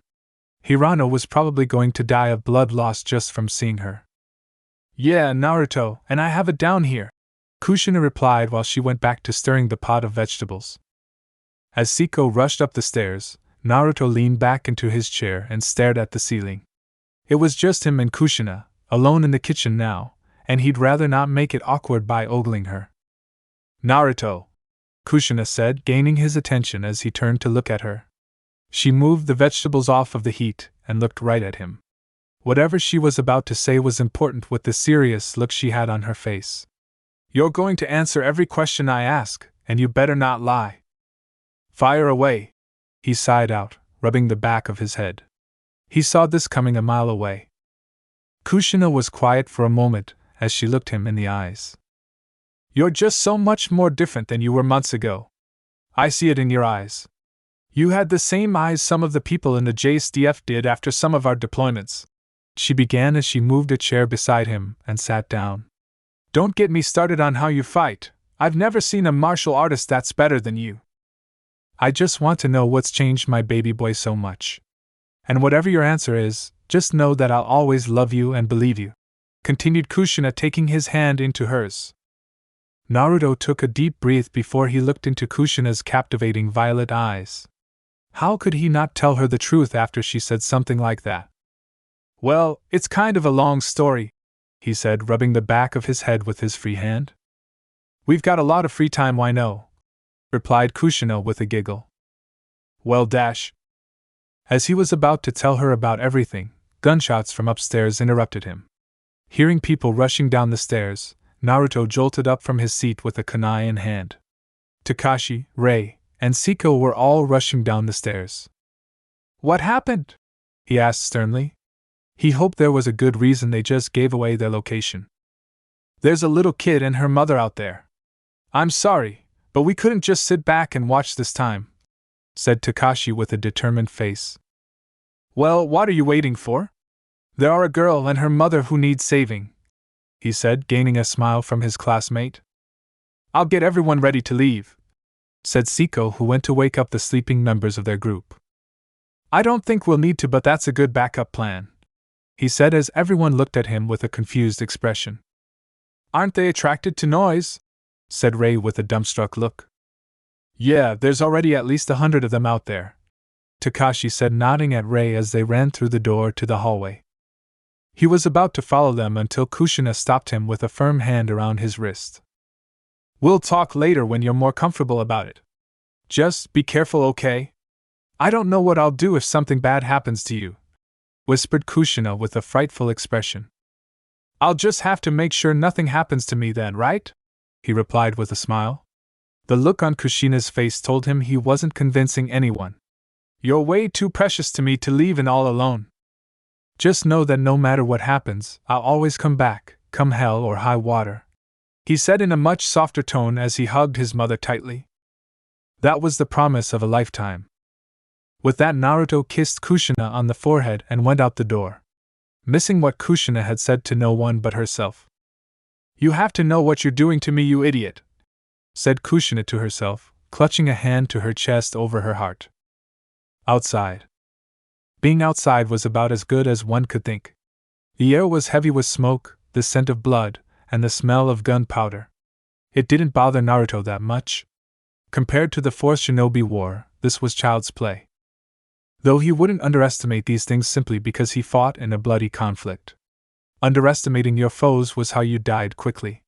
And in this case, with all the shooting, there were plenty of them standing in front of their gate. Wind style, great breakthrough, whispered Naruto as he channeled the bare minimum of chakra into the jutsu. Blowing off the gate to a potential safe house was one of the last things he wanted to do. The mass of dead flew back despite the jutsu being slightly underpowered. Deciding to warm up on his taijutsu, Naruto leapt over the fence. With his chakra enhancing his strength and resilience, it didn't take longer than 30 seconds. Turning to look down the road, when Kakashi said at least 100, he was right. There were even more of the dead pouring in through the back alleys and smaller roads. Cracking his neck, he felt a grin form on his face as the rush of battle filled his senses. The chakra in his body felt purified, and in turn, he felt great. Fire style, great fireball. The orange ball of fire traveled all the way down the street, leaving nothing but ashes. That was anticlimactic, he said to himself as he stared down the empty street. Hearing the sound of the girl crying, he rushed down the street at breakneck speed. Arriving at the scene, Naruto narrowed his eyes. The woman lying on the ground was fading fast, thanks to the knife in her gut. Unless something was done, she'd be gone in the next minute or two. Rushing over the bodies, Naruto sat down by the maroon-haired woman. Her daughter was still crying right beside her. Despite her current situation, the woman looked alarmed at his presence as she tried to sit up. I'm here to help, he tried to assure the woman who was looking at him with skeptical purple eyes. He never got a response as the woman fainted. Mama! Shouted the young pink-haired girl at the woman's side. Rushing over, Naruto tore away part of the woman's shirt to get a better look at the wound. He began to apply pressure around the stab wound. Though he doubted it was going to save this woman, she had already lost so much blood. He wasn't a medical ninja, but months before his battle with Madara, Sakura had taught him what she could. The mystical palm technique. Back then he had way too much chakra to actually use it properly, or even train with it. His reserves were much smaller now, and it was the only thing he could think of that could possibly save the woman. He had to as he saw the young girl by the woman's side. Kemi knows where the young girl's father was, and now her mother was dying. She was going to be an orphan. Those deep dark memories of his youth suddenly came rushing back to him. The loneliness, the bullying, always wanting attention. Wanting your parents to be there. With determination brewing in his eyes, Naruto focused as he summoned the technique. Pulling out the kitchen knife with his free hand, Naruto held his hand over the gushing wound. The light green aura surrounding his hand glowed brightly as the woman's injury first stopped bleeding then sealed. Is Mama going to be okay? Asked the young girl who was looking at him with watery eyes. Yeah, your mama's going to be okay, he answered with a relieved smile. The woman was hanging on by just a thread. Let's take her back to my friends. One of them is pretty good at taking care of people, he said as he moved to pick up the unconscious woman. Can she take care of Mama like you did? Your hand glowed green, and Mama got better. You're like a superhero, Oni-chan, said the girl with a big smile. Hearing what sounded like a motorbike hauling ass down the street, Naruto turned and looked at the young girl. Oni-chan will tell you what he is later, but for now, let's just keep this a secret between you and me, okay? He said with a grin. Lifting the unconscious woman, he began walking down the street with the girl clutching at his leg. The street was clear of them, thanks to his fireball. But there were probably still some of them lurking around in the alleys nearby.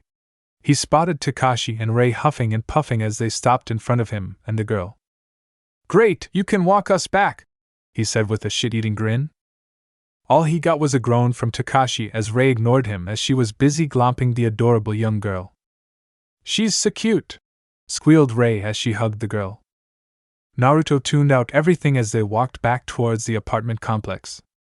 The walk back was quiet except for Ray and the now named Alice talking to each other. The commotion at the bridge could still be heard in the distance, but everything around them just seemed off. The feeling of someone's or something's eyes lingering on him got the hairs on the back of his neck to stand up. The gate to their complex came into sight as Siko opened it for them. Everyone was there with different bags on their backs ready to leave. Shizuka stepped forward to take the wounded woman from him, and with the help of Siko, they went inside. Thank goodness you're all right. I was about to come to get you, said Kushina with a relieved smile as she slung the rifle around her shoulder. You worry too much, Kaa-chan, but I still love you all the same, he said, returning Kushina's smile. Though the mood was ruined when blood-curdling screams erupted from down the street. The screams died down in seconds as he spotted something on the rooftops. It was pale and looked grotesque. And it was giving him a smile that sent a chill up his spine. He could feel the bloodlust radiating from it as it dashed into the shadows. Then came the killing intent, something he never expected or thought any being in this world besides animals were capable of. Everyone but he and Kushina were affected by it as she shouldered her rifle, and he took out his kunai. All of you get into the house, now, he commanded as he caught another glimpse of the creature in the dark. Hearing a shriek, he jumped in front of Kushina, catching the pale monstrosity by the throat and slammed it into the pavement. He could see why the people down the street screamed bloody murder. Whatever it was once human, he could tell that much. What is it? Asked Kushina as she nudged the dead body with the barrel of her rifle. I'm not sure, but I'd rather not stay to figure out. Let's get inside, he said worriedly. He hoped more of those things wouldn't turn up later in the future. Cold water dripped onto Naruto's face as he let out a groan. His eyes opened to find the familiar surrounding of his mindscape, a place he never expected to find himself in again. From what he could tell, everything was still the same. Except for one thing, Kurama was still missing. Standing up off the ground, Naruto looked at his reflection in the water and saw that he was wearing his clothing from the Fourth Great War. He didn't miss wearing these clothes at all. They reminded him that he failed to beat Madara and save his friends. Not that he needed any reminder of that. With Kurama gone and Naruto still being in perfect condition, Naruto found himself wondering as to why he was here. Unless tailed beasts could traverse universes with their hosts, which obviously didn't happen. So that begged the question as to why he was here. I never expected our mind to be a sewer. Guess that answered it. Naruto turned around and came face to face with, well, himself. Though, they were wearing casual clothing from Japan. Would you believe me if I told you this was because I had a massive fox demon sealed into me as a child? Naruto asked Naruto too. Oh, I know all about it. I've been looking through your memories, Naruto too said as he sat down on a stool. How'd you do that? How'd I do what? Naruto just facepalmed before he let out a sigh. Was this what people meant when they told me I was annoying? Hearing his own laughter made it even worse.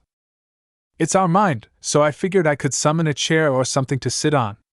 As it turns out, I was right, Naruto too said as a chair appeared behind Naruto. Naruto sat down on the stool as he stared at Naruto too. Naruto found this all somewhat strange. The person sitting across from him was him, but he wasn't. He had fought in a war while Naruto too was just a regular teenager in Japan. So, you've got the hots for Ka-san, huh? Naruto too asked with a blank face. Well, mine died a couple of hours after I was born, so I've never really had one. Also, could you really blame me? Naruto said as he shrugged his shoulders. Coming from a world where incest was a common practice probably swayed his mindset in that regard. Incest, along with other things that were normal in the elemental nations, were entirely taboo in Japan and all over the world. It didn't surprise him in the least that Naruto too found him weird. Everyone deserves to be happy, even if incest is strange. I don't really care, as long as you make Ka-san happy. You both deserve to be happy, Naruto too said with a dull voice as he crossed his fingers. Do you really think that, or are you just saying it? Naruto asked with a raised eyebrow. Yeah, after Ka-san found out that Tu-san had cheated on her, everybody could tell she lost a lot of her bravado. It didn't help that it happened when I was still relatively young, so I didn't really know how to react to any of it at the time. I just ended up distancing myself from her and Tu-san, Naruto too said with a downcast expression. Naruto didn't really know how to react or what to say. He didn't really know how to deal with emotions in general. At the very least, you're making her happy. I tried to be more upbeat and appreciative of her as I got older, but I could only do so much. I haven't seen her smile like that in years, Naruto too said as a smile came onto his face. I've had to put on a mask for most of my life. So when I woke up here and saw her again, it was one of the few times that I've genuinely been happy, Naruto said with a smile as he recalled recent fond memories. After Kushina had faded away when she helped him master the Kyuubi's chakra, it had left him more sad than happy, to be honest. Just experiencing a mother's love for the first time was a joy. To know that it was the last time he'd encounter something like that ever again, it left him feeling empty inside. Though now that Naruto was here in his mindscape with this universe's Naruto, that brought forth some questions he wanted to ask. So, what are we going to do now? Do you want your body back or something? Naruto asked somewhat apprehensively. Naruto didn't know what he would do or what would happen if Naruto too decided he wanted to take his body back. When he had come to after that fever, he definitely knew that this body was weaker. So he had trained constantly every day just to get back to his previous strength. Thankfully he did. With everything going on having, his strength and chakra helped out a ton. I don't think either of us would want that. Especially with everything going on, Naruto too said, shaking his head. You're much better suited for all of this than I am. A relieved sigh left Naruto as all the tension left his shoulders. If Naruto too had asked for his body back, he probably would have refused. There wasn't any malicious intent behind his refusal. He only wanted to protect the few people he cared about. It was nice to talk to you about this, but I don't know how much time we have left. I've been trying to talk to you all this time. Naruto too began with a solemn tone. The main reason I brought you here was to talk about Ka-san. We both know she's a little crazy, but she'd probably have more than a couple of issues if you told her you were her son from another universe. Naruto slumped back into his chair as he thought about what Naruto too had just said. He knew there were going to be issues when he told Kushina about what had occurred. Hell, even she knew that he had changed a ton. With what Naruto too had told him, it was a super blatant change. One she had welcomed with open arms, but it was a change nonetheless. Hence why I thought we could meld together as one, memories and everything, Naruto too declared. After coming to from the fever, his memories regarding Naruto too's early life had been foggy. Everything else was as clear as day. Thankfully, he had managed to piece most of it together. Though, having Naruto too's memories would probably help him. What would happen to you? Naruto asked, somewhat surprised. He didn't express Naruto too to do something like this. Who knows? Naruto too said, shrugging his shoulders. I had my chance to take care of Ka-san, to be there for her. I failed. You, on the other hand, haven't. You've made her happy, and I want you to keep doing that. Regardless of what happens to me, Naruto too said with a smile. Even more, memories began flooding his mind as Naruto too began to slowly vanish in front of him. He suddenly felt like he was being pulled out of his mindscape, and Naruto knew he was waking up. He wanted to say something, to thank Naruto too for doing this. Just as he opened his mouth to do so, though, everything went black. Rays of warm sunlight were peering through the masonette's blind as Naruto's eyes snapped open. His head was pounding as it tried to make sense of all the new information racking his brain. It hurt to keep his eyes open, but he managed. Leaning up, Naruto covered his eyes to keep the sun from agitating him even further. Looking around, he saw that everyone was sprawled out all around the living room, still asleep. After the fiasco that was last night, they had all slept in the same room, away from the windows. Thankfully, nothing happened after they went to sleep. The two newest arrivals from last night were both fast asleep on one of the couches. Shizuka was asleep just beside them on the floor. She had probably spent most of the night watching over the unconscious maroon-haired woman.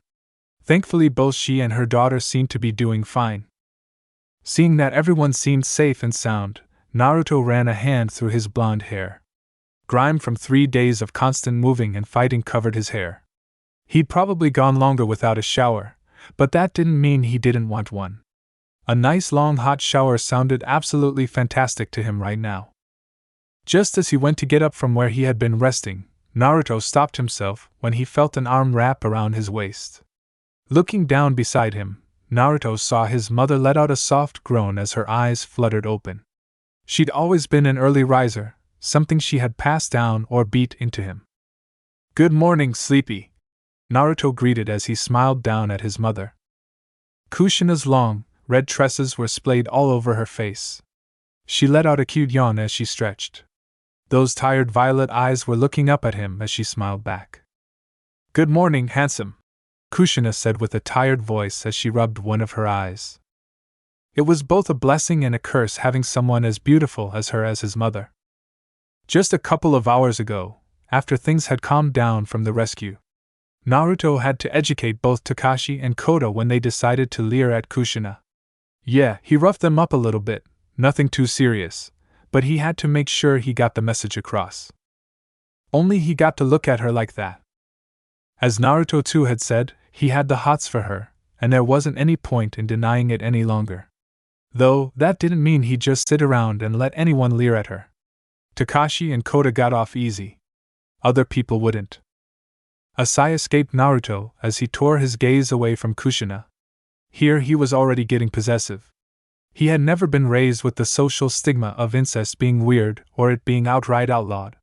Clans had practiced it forever in the elemental nations. Not that he cared about social stigmas. Before his abrupt arrival here, his entire life had been a social stigma. People had chastised him for his merely living, not that he cared anymore. Having been transported to a new universe, he'd come to see this as a second chance, a chance to finally experience life with at least one of his parents. Things had never been simple for him. Instead of living a peaceful life, he was battling with the undead roaming the earth, who were tearing people apart. Thankfully, before all of this happened, he had decided to begin training again. Naruto too's body had been in good shape, but nothing like he was used to. With the amount of training he had done, it didn't take him very long to get back to what he was used to. With Naruto too's fusion, with him, their memories had melded together. He could recall most of Naruto too's early life, all the joys and hardships spent with both of his parents. However, just because he had those memories didn't mean he was their Naruto, their son.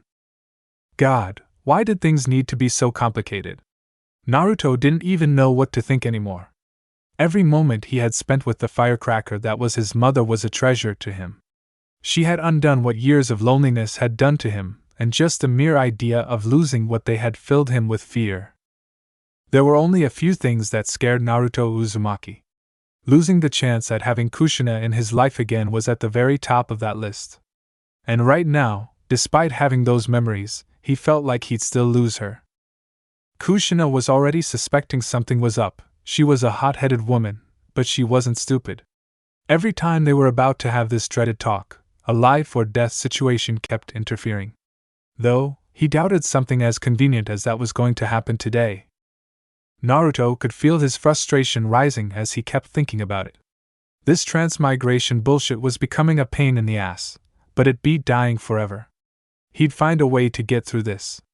If there was one good quality he had, it was perseverance. A soft hand cupping his cheek snapped him out of his thoughts as he focused his gaze on the person responsible. "Hey, I've been saying your name for a couple of minutes now. What's wrong with you?" Kushina asked as a frown marred her beautiful face. 800 things. I'm just thinking about what I should do," Naruto replied after taking a deep breath. His life had never been what was deemed the norm, ranging from both of his parents dying just moments after his birth to a giant fox demon. Now he found himself in a new universe. Fuck, now he could add on the budding feelings he had for his mother in said universe. "You know, you could always talk to me about your problems," Kushina told him with an anxious look on her face. "I know I can. I just doubt you'd believe me," Naruto replied offhandedly. Naruto's eyes widened. He hadn't exactly meant to say that part out loud. A glance at his now sizzling mother was all he could manage. Kushina looked taken aback at what he had said. Those rosy lips of hers were quivering and her violet eyes. Those violet orbs had him frozen when she saw how sad they looked. The expression on her face looked torn between looking sad or angry. "Why would you say something like that?" the upset mother asked as her voice cracked some. Naruto had never felt like such a dick in his life. He'd probably made plenty of people cry. It came with the career he went into. Not that he cared though, there was only enough room in his heart to care about the people he loved. Even so, making his own mother be on the fringes of crying or whooping his ass. He never wanted to slap the shit out of himself more than he wanted to right now. "I'm sorry, Kaa-chan. I just don't know how to explain what's going on without sound like a complete lunatic," Naruto said as he rubbed his temples. Besides someone snoring, all Naruto heard from Kushina was her breathing. She didn't say a word, and he was beginning to get worried. When Naruto managed to look at Kushina again, he just saw her staring at him intensely. She still looked a little hurt, but he could tell that she was musing over what he had just said. "People had always told me I was crazy for believing in aliens," Kushina said with a shrug of her shoulders. "But here we are, in the middle of an apocalypse. With some of the shit you've been doing, I'd probably believe what you told me." Naruto just stared at his seemingly crazy mother for a hot minute before he began laughing. She'd totally believe in aliens and stuff like that. "I guess I'll tell you all about it upstairs in the room with those safes. Let me take a shower first, though. I have no clue how you managed to sleep next to me all night," Naruto said as he smelled himself. Kushina just gave Naruto a funny look as she leaned in close to him and sniffed. "I can't say I really noticed it all that much," Kushina mumbled with a cute look. "Though a shower won't hurt. I'll be upstairs." With that, Kushina stood up and began walking to the stairs. Naruto couldn't help but look at the red-headed firecracker that was his mother as she walked away from him. Though, he couldn't help but notice her swaying her hips the entire way. His hormones had been firing off on cylinders last night with all the scantily clad women walking around. Having the woman he fantasized about being with sway her hips in front of him had those hormones come flying back. As if knowing Naruto's eyes were on her, Kushina turned her head and looked him directly in the eyes. There was a dangerous, mischievous look in those violet orbs of hers. Then she winked at him and scampered away up the stairs, leaving Naruto absolutely dumbfounded. How a woman could go from being sad and wanting to beat the shit out of him to swaying her hips with him knowingly watching? He'd never understand. "A cold shower sounds great," Naruto mumbled to himself. Naruto decided to not spend that much time in the shower, seeing as someone was waiting for him. Though it gave him some extra time to think about the upcoming talk that he had dreaded. It was finally coming, and he didn't really know how to feel right now. Despite his mother's reassurances on believing him, he still felt hesitant. Twisting the shower nozzle off, Naruto quickly dressed in some spare clothing while his outfit was in the wash. Stepping out of the bathroom, Naruto looked at his group. Little to his surprise, everyone was still out cold. Not that he could blame them. For regular people, last night must have been exhausting. Quickly making his way up the stairs, Naruto stood in front of the door of the room his mother was waiting in. Taking in a deep breath, he opened the door and walked inside, making sure to lock the door behind him. Kushina was sitting on the bed, her new rifle at her side as she loaded magazines.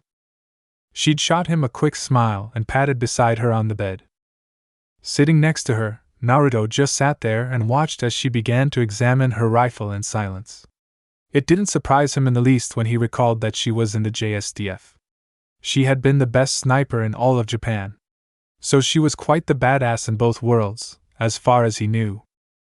After a couple of minutes, Kushina rested her rifle in front of her and looked at him. "So," Kushina began as she leaned into him. "What did you have to tell me?" There was a glint in her eyes that he recognized. If he didn't tell her the entire truth, she'd make him regret it. "Well, where do I begin?" Naruto said nervously. Being anxious was something he definitely wasn't used to. How about you start from when you had that bad fever? That's about when I first noticed you start changing," Kushina said with a thoughtful expression. "You noticed I was different all the way back then?" Naruto asked with surprise written all over his face. "You're my son, of course, I notice," Kushina explained with a nod of her head. "Women are scary." "Oh, more than you know." Well, he had always been super blunt about things, so why stop now? "As I said earlier, I don't really know how else to explain this. I'm your son, just from another dimension," Naruto said. Yeah, he doubted that would make any sense. If anything, it'd raise more questions than answers. "So if you're my son from a different dimension, what happened to this dimension, Naruto?" Kushina asked with a serious voice. There it was, the question he had been dreading this entire time. "We both became one. All of our memories melded and everything. I don't know. I don't really fully understand it either," Naruto said as he fiddled with his fingers. He really didn't understand most of it. He would admit that he wasn't the brightest person, but he wasn't the dumbest either. "I suppose that would explain all of your weird abilities. It's just so strange to think about. Was Minato your father, and was I still your mother in that universe?" Kushina asked as she bit on her nail. "Yeah, both of you were my parents," Naruto said with a sad smile. "Let me guess, Minato cheated on me there too?" Kushina asked with a bitter look. He couldn't blame her for her resentment. His father had scored on getting a woman like her. Why he would cheat on someone like her boggled his mind. "I wouldn't know. Neither of you were there for me," Naruto answered quietly. As soon as the words left his mouth, he felt Kushina's entire form go rigid as she stared at him, her mouth agape. What do you mean? Did I divorce him and start doing stupid stuff? Was I a failure as a mother? I really need to find out how to go there and beat some sense into the other me databang," Kushina ranted angrily. Naruto just laughed, causing her to look at him strangely. "You didn't do anything stupid like what you're thinking. I'm sure that if you were alive there, you would have been a great mother like you are now," he said as he wiped a tear from his eye. "Oh," Kushina began as her mood suddenly became meek. "Does that mean I died in childbirth or something?" she asked quietly. "No, I'll try to shorten the story as much as possible. You were a Jinchuriki for a beast called the Kyuubi. He was basically a sentient, giant fox that used the same energy as we did that called Chakra. A man who was hellbent on destroying the village we lived in found out about you being pregnant with me at the time. While you were giving birth to me, the Kyuubi was trying to escape the entire time. The man attacked us while you were weak and managed to teleport you away with him. He released the Kyuubi, which destroyed portions of our village before you and Tusan managed to seal him away inside me. Before you managed to seal him away, he tried to kill me. Both you and Tusan threw yourselves in front of me to protect me. I guess evil assholes are in every universe or dimension, huh?" Kushina said with a joking tone before her face turned downcast. "I know it's strange to apologize, but I'm sorry I wasn't there for you, Naruto. I promise to always be here for you, and I'll continue to be that way. Until the day I die. You don't have to apologize. It wasn't your fault. We're here now, and that's all that matters. I love you, Ka-chan," he said as he wrapped his arms around his mother. "I love you too," Kushina replied as she returned the hug and rested her head against his forehead. When her forehead touched his, Naruto sensed something inside her other than her life force. Something he hadn't felt in her before, something he hadn't found in anyone else. It was her chakra. Albeit it fell dormant, but it was there as if it was waiting for something. He must have been looking at Kushina rather intently because she started squirming underneath his stare. "What's wrong, Tebane?" Kushina asked with a red face. "Hold still," he said as he held his hand over Kushina's toned stomach and sent a pulse of chakra through her. A surge of chakra flowed through Kushina's chakra system as she stared at him with awe-filled violet eyes. What just happened?" Kushina stuttered as she touched his hand above her stomach. "You've got your chakra back, that's what," Naruto said with a grin. "Does that mean I get to use some of those abilities you're able to use, Databane?" Kushina asked with a goofy smile. "With some training, you'll be able to. I'll help you out with all of it," Naruto said as he gave her a thumbs up. He wasn't going to sit around and be idle like his previous teachers. No, he'd teach her to the best of his ability. Naruto soon found himself staring at the ceiling as his mother glommed him. He couldn't stop himself from laughing when he saw how excited she looked. "Best son ever," Kushina said with a blissful bright smile fixed on her face. "Yeah, zombies might be eating everyone alive, but it wasn't so bad here." "Those two seem even closer than usual," Kakashi said as he rubbed his jaw. "They've always been like that. You saw Naruto and her at school," Saya offhandedly remarked as she continued eating her breakfast. Naruto was listening in on the two, even if they tried to be somewhat discreet. Honestly, he didn't really care what anyone thought of him at this point in his life. He had spent too long caring about what others thought. "So, Ms. Genius," he began as he looked at Saya and leaned on the counter in front of her. "What do you think we should do today?" He wasn't really aiming to mock her, that much. From the few times that he had talked to her, she had, of course, come off as an arrogant prick. Though, given their current situation, all he could see was a girl who was afraid. Saya didn't look too pleased with how he spoke to her but answered nonetheless.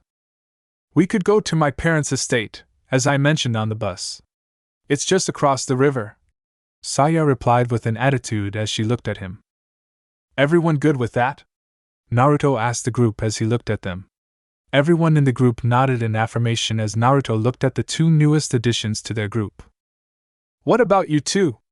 Shizuka asked as she looked at the mother and daughter. "We'd like to join you if possible," the maroon-haired woman, Harumi if Naruto recalled correctly, said. "You're both more than welcome to," Kushina said with a smile on her face as she smiled at Alice. "Well, we're burning daylight, so let's get a move on," Naruto said as he walked out of the kitchen. He didn't want to be out at night time at all, lest they run into more of those pale abominations he killed yesterday. Everyone had packed what they could into the Humvee and piled in. Though, there were 10 of them plus a dog. The Humvee was jam-packed full of them. Several of them had opted to sit on the roof to make the ride at least somewhat comfortable. And so far, things were going well. Naruto hadn't seen a person, living or dead, the entire time, even after they crossed the river. There was an eerie silence, and things looked relatively normal. He had been filtering out most of the conversation between Kakashi and Rei. Though, he decided to listen in on the last part. "Hey, Kakashi, did you notice?" Rei asked as she held a hand against her head. "Notice what?" Kakashi replied awkwardly. "We haven't seen any zombies today," Rei said, causing Naruto to groan. "The calm before the storm," Naruto mumbled as everyone looked at him strangely, except for Kushina. She had been a soldier, so she must have known that a shitstorm was about to happen. "Zombies! Ahead and to the right!" Hirano shouted as Naruto looked at them. God, why did that dumb broad have to say anything? The Humvee lurched to the right suddenly. Naruto wrapped an arm around Kushina as they both laid on the roof of the Humvee, and did their best not to fly off. Shizuka was apparently doing her best to get them to eat the pavement, as she swerved to the left without any warning. Naruto's eyes narrowed when he saw the horde they were driving into. That's when he saw the wires that were fixed onto the walls. Whoever had put them there intended on keeping the zombies out, but boy oh boy. It was going to fucking hurt if they didn't stop in a couple of seconds. The tires screeched as Shizuka barely managed to keep the Humvee from running into the wires. Though, now they were on a straight collision course with the concrete wall of the underpass. Fucking fantastic. Just a couple of seconds before the Humvee and the wall got intimate, the brakes kicked in. Ray hadn't been ready for that apparently, and she went flying. After making a split-second check to see if his mother was safe, he acted quickly and grabbed Ray before she slammed into the hood of the Humvee. With Ray safe in his arms, Naruto landed on the ground just in front of the Humvee. Multiple gunshots rang out as the zombies closest to him hit dropped. Kushina had gotten off of the roof of the Humvee and was dropping zombies with ease. One had gotten a tad too close for his liking, but before it could grab onto her, Kushina used the barrel of her gun to swipe the feet from under the zombie and shot it straight in the face. Naruto was strangely aroused at the fact that his mom was being an absolute badass. He'd comment on that later. Naruto let Ray down before joining in on the fight. Wind-laced shurikens tore through the hordes of the dead. Savage kicks and punches obliterated most of them, as even more gunfire rang out around him. Every member of their group, excluding the three who couldn't really fight, was fighting. Though, no matter how many they killed, more seemed to come. He could see the desperation on their faces, and Kakashi and Siko had the looks of people who wanted to play the hero. People who tried to be the hero died. Well, they usually died unless you were him. "Everyone, get back!" Naruto shouted as he went through hand signs and began molding his chakra. He wanted to make sure everyone was outside of his blast radius before he used this jutsu. Seeing that everyone was all clear, Naruto went ahead and used the jutsu that was feared in the Fourth Great War. Fire style, Great Fire Annihilation. A wall of orange flames spread throughout the 4-lane road as it bathed the zombies in hellfire, reducing them all to ash. There were a couple of stragglers who weren't inside his radius, though nothing like before. They didn't last very long. Naruto dropped to one knee as beads of sweat went down his face. He didn't even think he had enough chakra to use that. His reserves were growing by leaps and bounds, apparently. Thank God for that. How he knew the jutsu was beyond him, but he wasn't complaining. Maybe God wasn't such an asshole when they decided to throw him into this universe. The footsteps of multiple people from behind him drew his attention as his cerulean eyes landed on at least 20 people suited in firemen's suits. "A tad late for reinforcements," Kushina remarked with a neutral face as she shot the last zombie. "Better late than never," Naruto simply said as his mother helped him off the ground. "Thanks. Try not to overexert yourself, okay?" Kushina chastised him with a mock glare. Hi, Naruto said as he waved off his mother's worries. "Ka-san!" Saya shouted, drawing his attention as he saw Saya leaping into the arms of a beautiful woman. Said woman had long, light purple hair and purple eyes. Even with the fireman's suit on, he could tell that she had a killer body. An elbow to his ribs made him double over in pain as he looked at the woman responsible. His mother just stood there with a mask of indifference on her face as she hummed, causing him to sweat drop. She only had an impassive look in public if she was disappointed. Though, that wasn't this. "Are you jealous?" Naruto asked with a groan as he watched her for her reaction. "Shut up. You are." Naruto just laughed as Kushina elbowed him once again. It wasn't every day he got to see his mother be flustered, but when he did, it was great. "I'm assuming you're one of Saya's friends, and you're his girlfriend?" Saya's mother said with a voice that was as smooth as silk while she walked up to both of them. "I'm his mother," Kushina deadpanned as she ground her elbow in Naruto's ribcage. "I guess you could say we're friends. You know how she is," Naruto said, ignoring the firecracker digging her elbow into his side. "I know all too well. Thank you for taking care of Saya and bring her home to me. You're both welcome to stay in our estate for the time being," Saya's mother said as she bowed her to them. "We'll take you up on your offer to Kage-san," Kushina said as she bowed her head to the woman in return.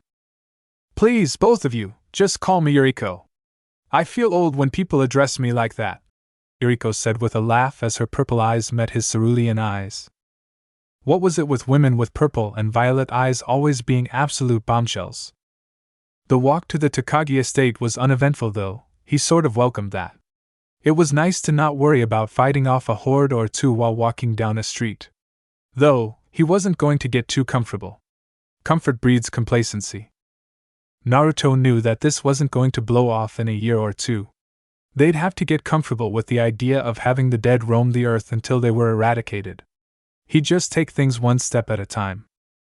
Also, the estate was fucking massive. Walls were walling off the entirety of the estate, and a sturdy metal gate as the primary entrance. The mansion alone was 10 times the size of the apartment they lived in. There was a mechanic's shop from the look of it, and multiple tents set up for temporary housing. This was just in the estate alone. On the way here, he had noticed that they had used machines to erect walls and barricades to prevent the entry of the dead. Armed guards were patrolling the street when they walked by, and he could see people looking at them from inside their houses. To think that Saya's parents had orchestrated all of this with what was going on was mind-boggling. The inside of the mansion was the very definition of extravagant. Paintings that looked expensive lined the walls, and all of the furniture was ornate-looking. They obviously spared no expense on the interior of the building. A maid led them to Naruto's group to their rooms on the second floor. "And here's your room. If you two need anything, I'll be down the hall," the maid said as she bowed and left. "Well, at least it's nice," Kushina remarked as she looked around the room. She had placed her weapons on the study desk and walked over to an adjoining room. "We even have our own bathroom." Naruto just plopped down onto the king-sized bed and let out a happy sigh. Kushina practically leapt onto the beside him on the bed as she let out a moan. He didn't say anything as he decided to close his eyes for a moment. He couldn't really blame her. They had slept on the floor of an apartment, and a chair on a bus. It just felt great to rest on a bed again. "It feels like we're a couple who just got done sightseeing on their honeymoon," Kushina said with a teasing tone as a smile made its way onto her face. "I don't think I've heard of very many mother and son couples," Naruto said as he cracked one eye open to look at the smiling vixen beside him. Kushina just hummed in response as she rested her head on his chest. That made him raise an eyebrow. Was that a hum of approval? No way, right? "Hey," Naruto said, gaining Kushina's attention, who looked at him curiously. "How does starting your training tomorrow sound?" he asked with a smile. "Really? I can't wait," Kushina exclaimed with an eager smile on her face. "We'll start first thing in the morning," Naruto replied as he yawned. "Sounds great," Kushina replied before her eyes fluttered closed, and her breathing evened out. It didn't take long for the sweet embrace of sleep to hit him. He felt his eyelids growing heavy. 1,000 things were on his mind even as sleep slowly overtook him. The growing relationship between him and his mother, how it was so wrong but felt so right. With his mother safely secured in his arms, Naruto joined his mother in blissful slumber. Chapter end. Now watch daily exclusive uncensored lemon stories and mature content, along with NSFW images, featuring harem girls characters from the fics. Access all this and more on my Patreon. Click the link in the description to explore.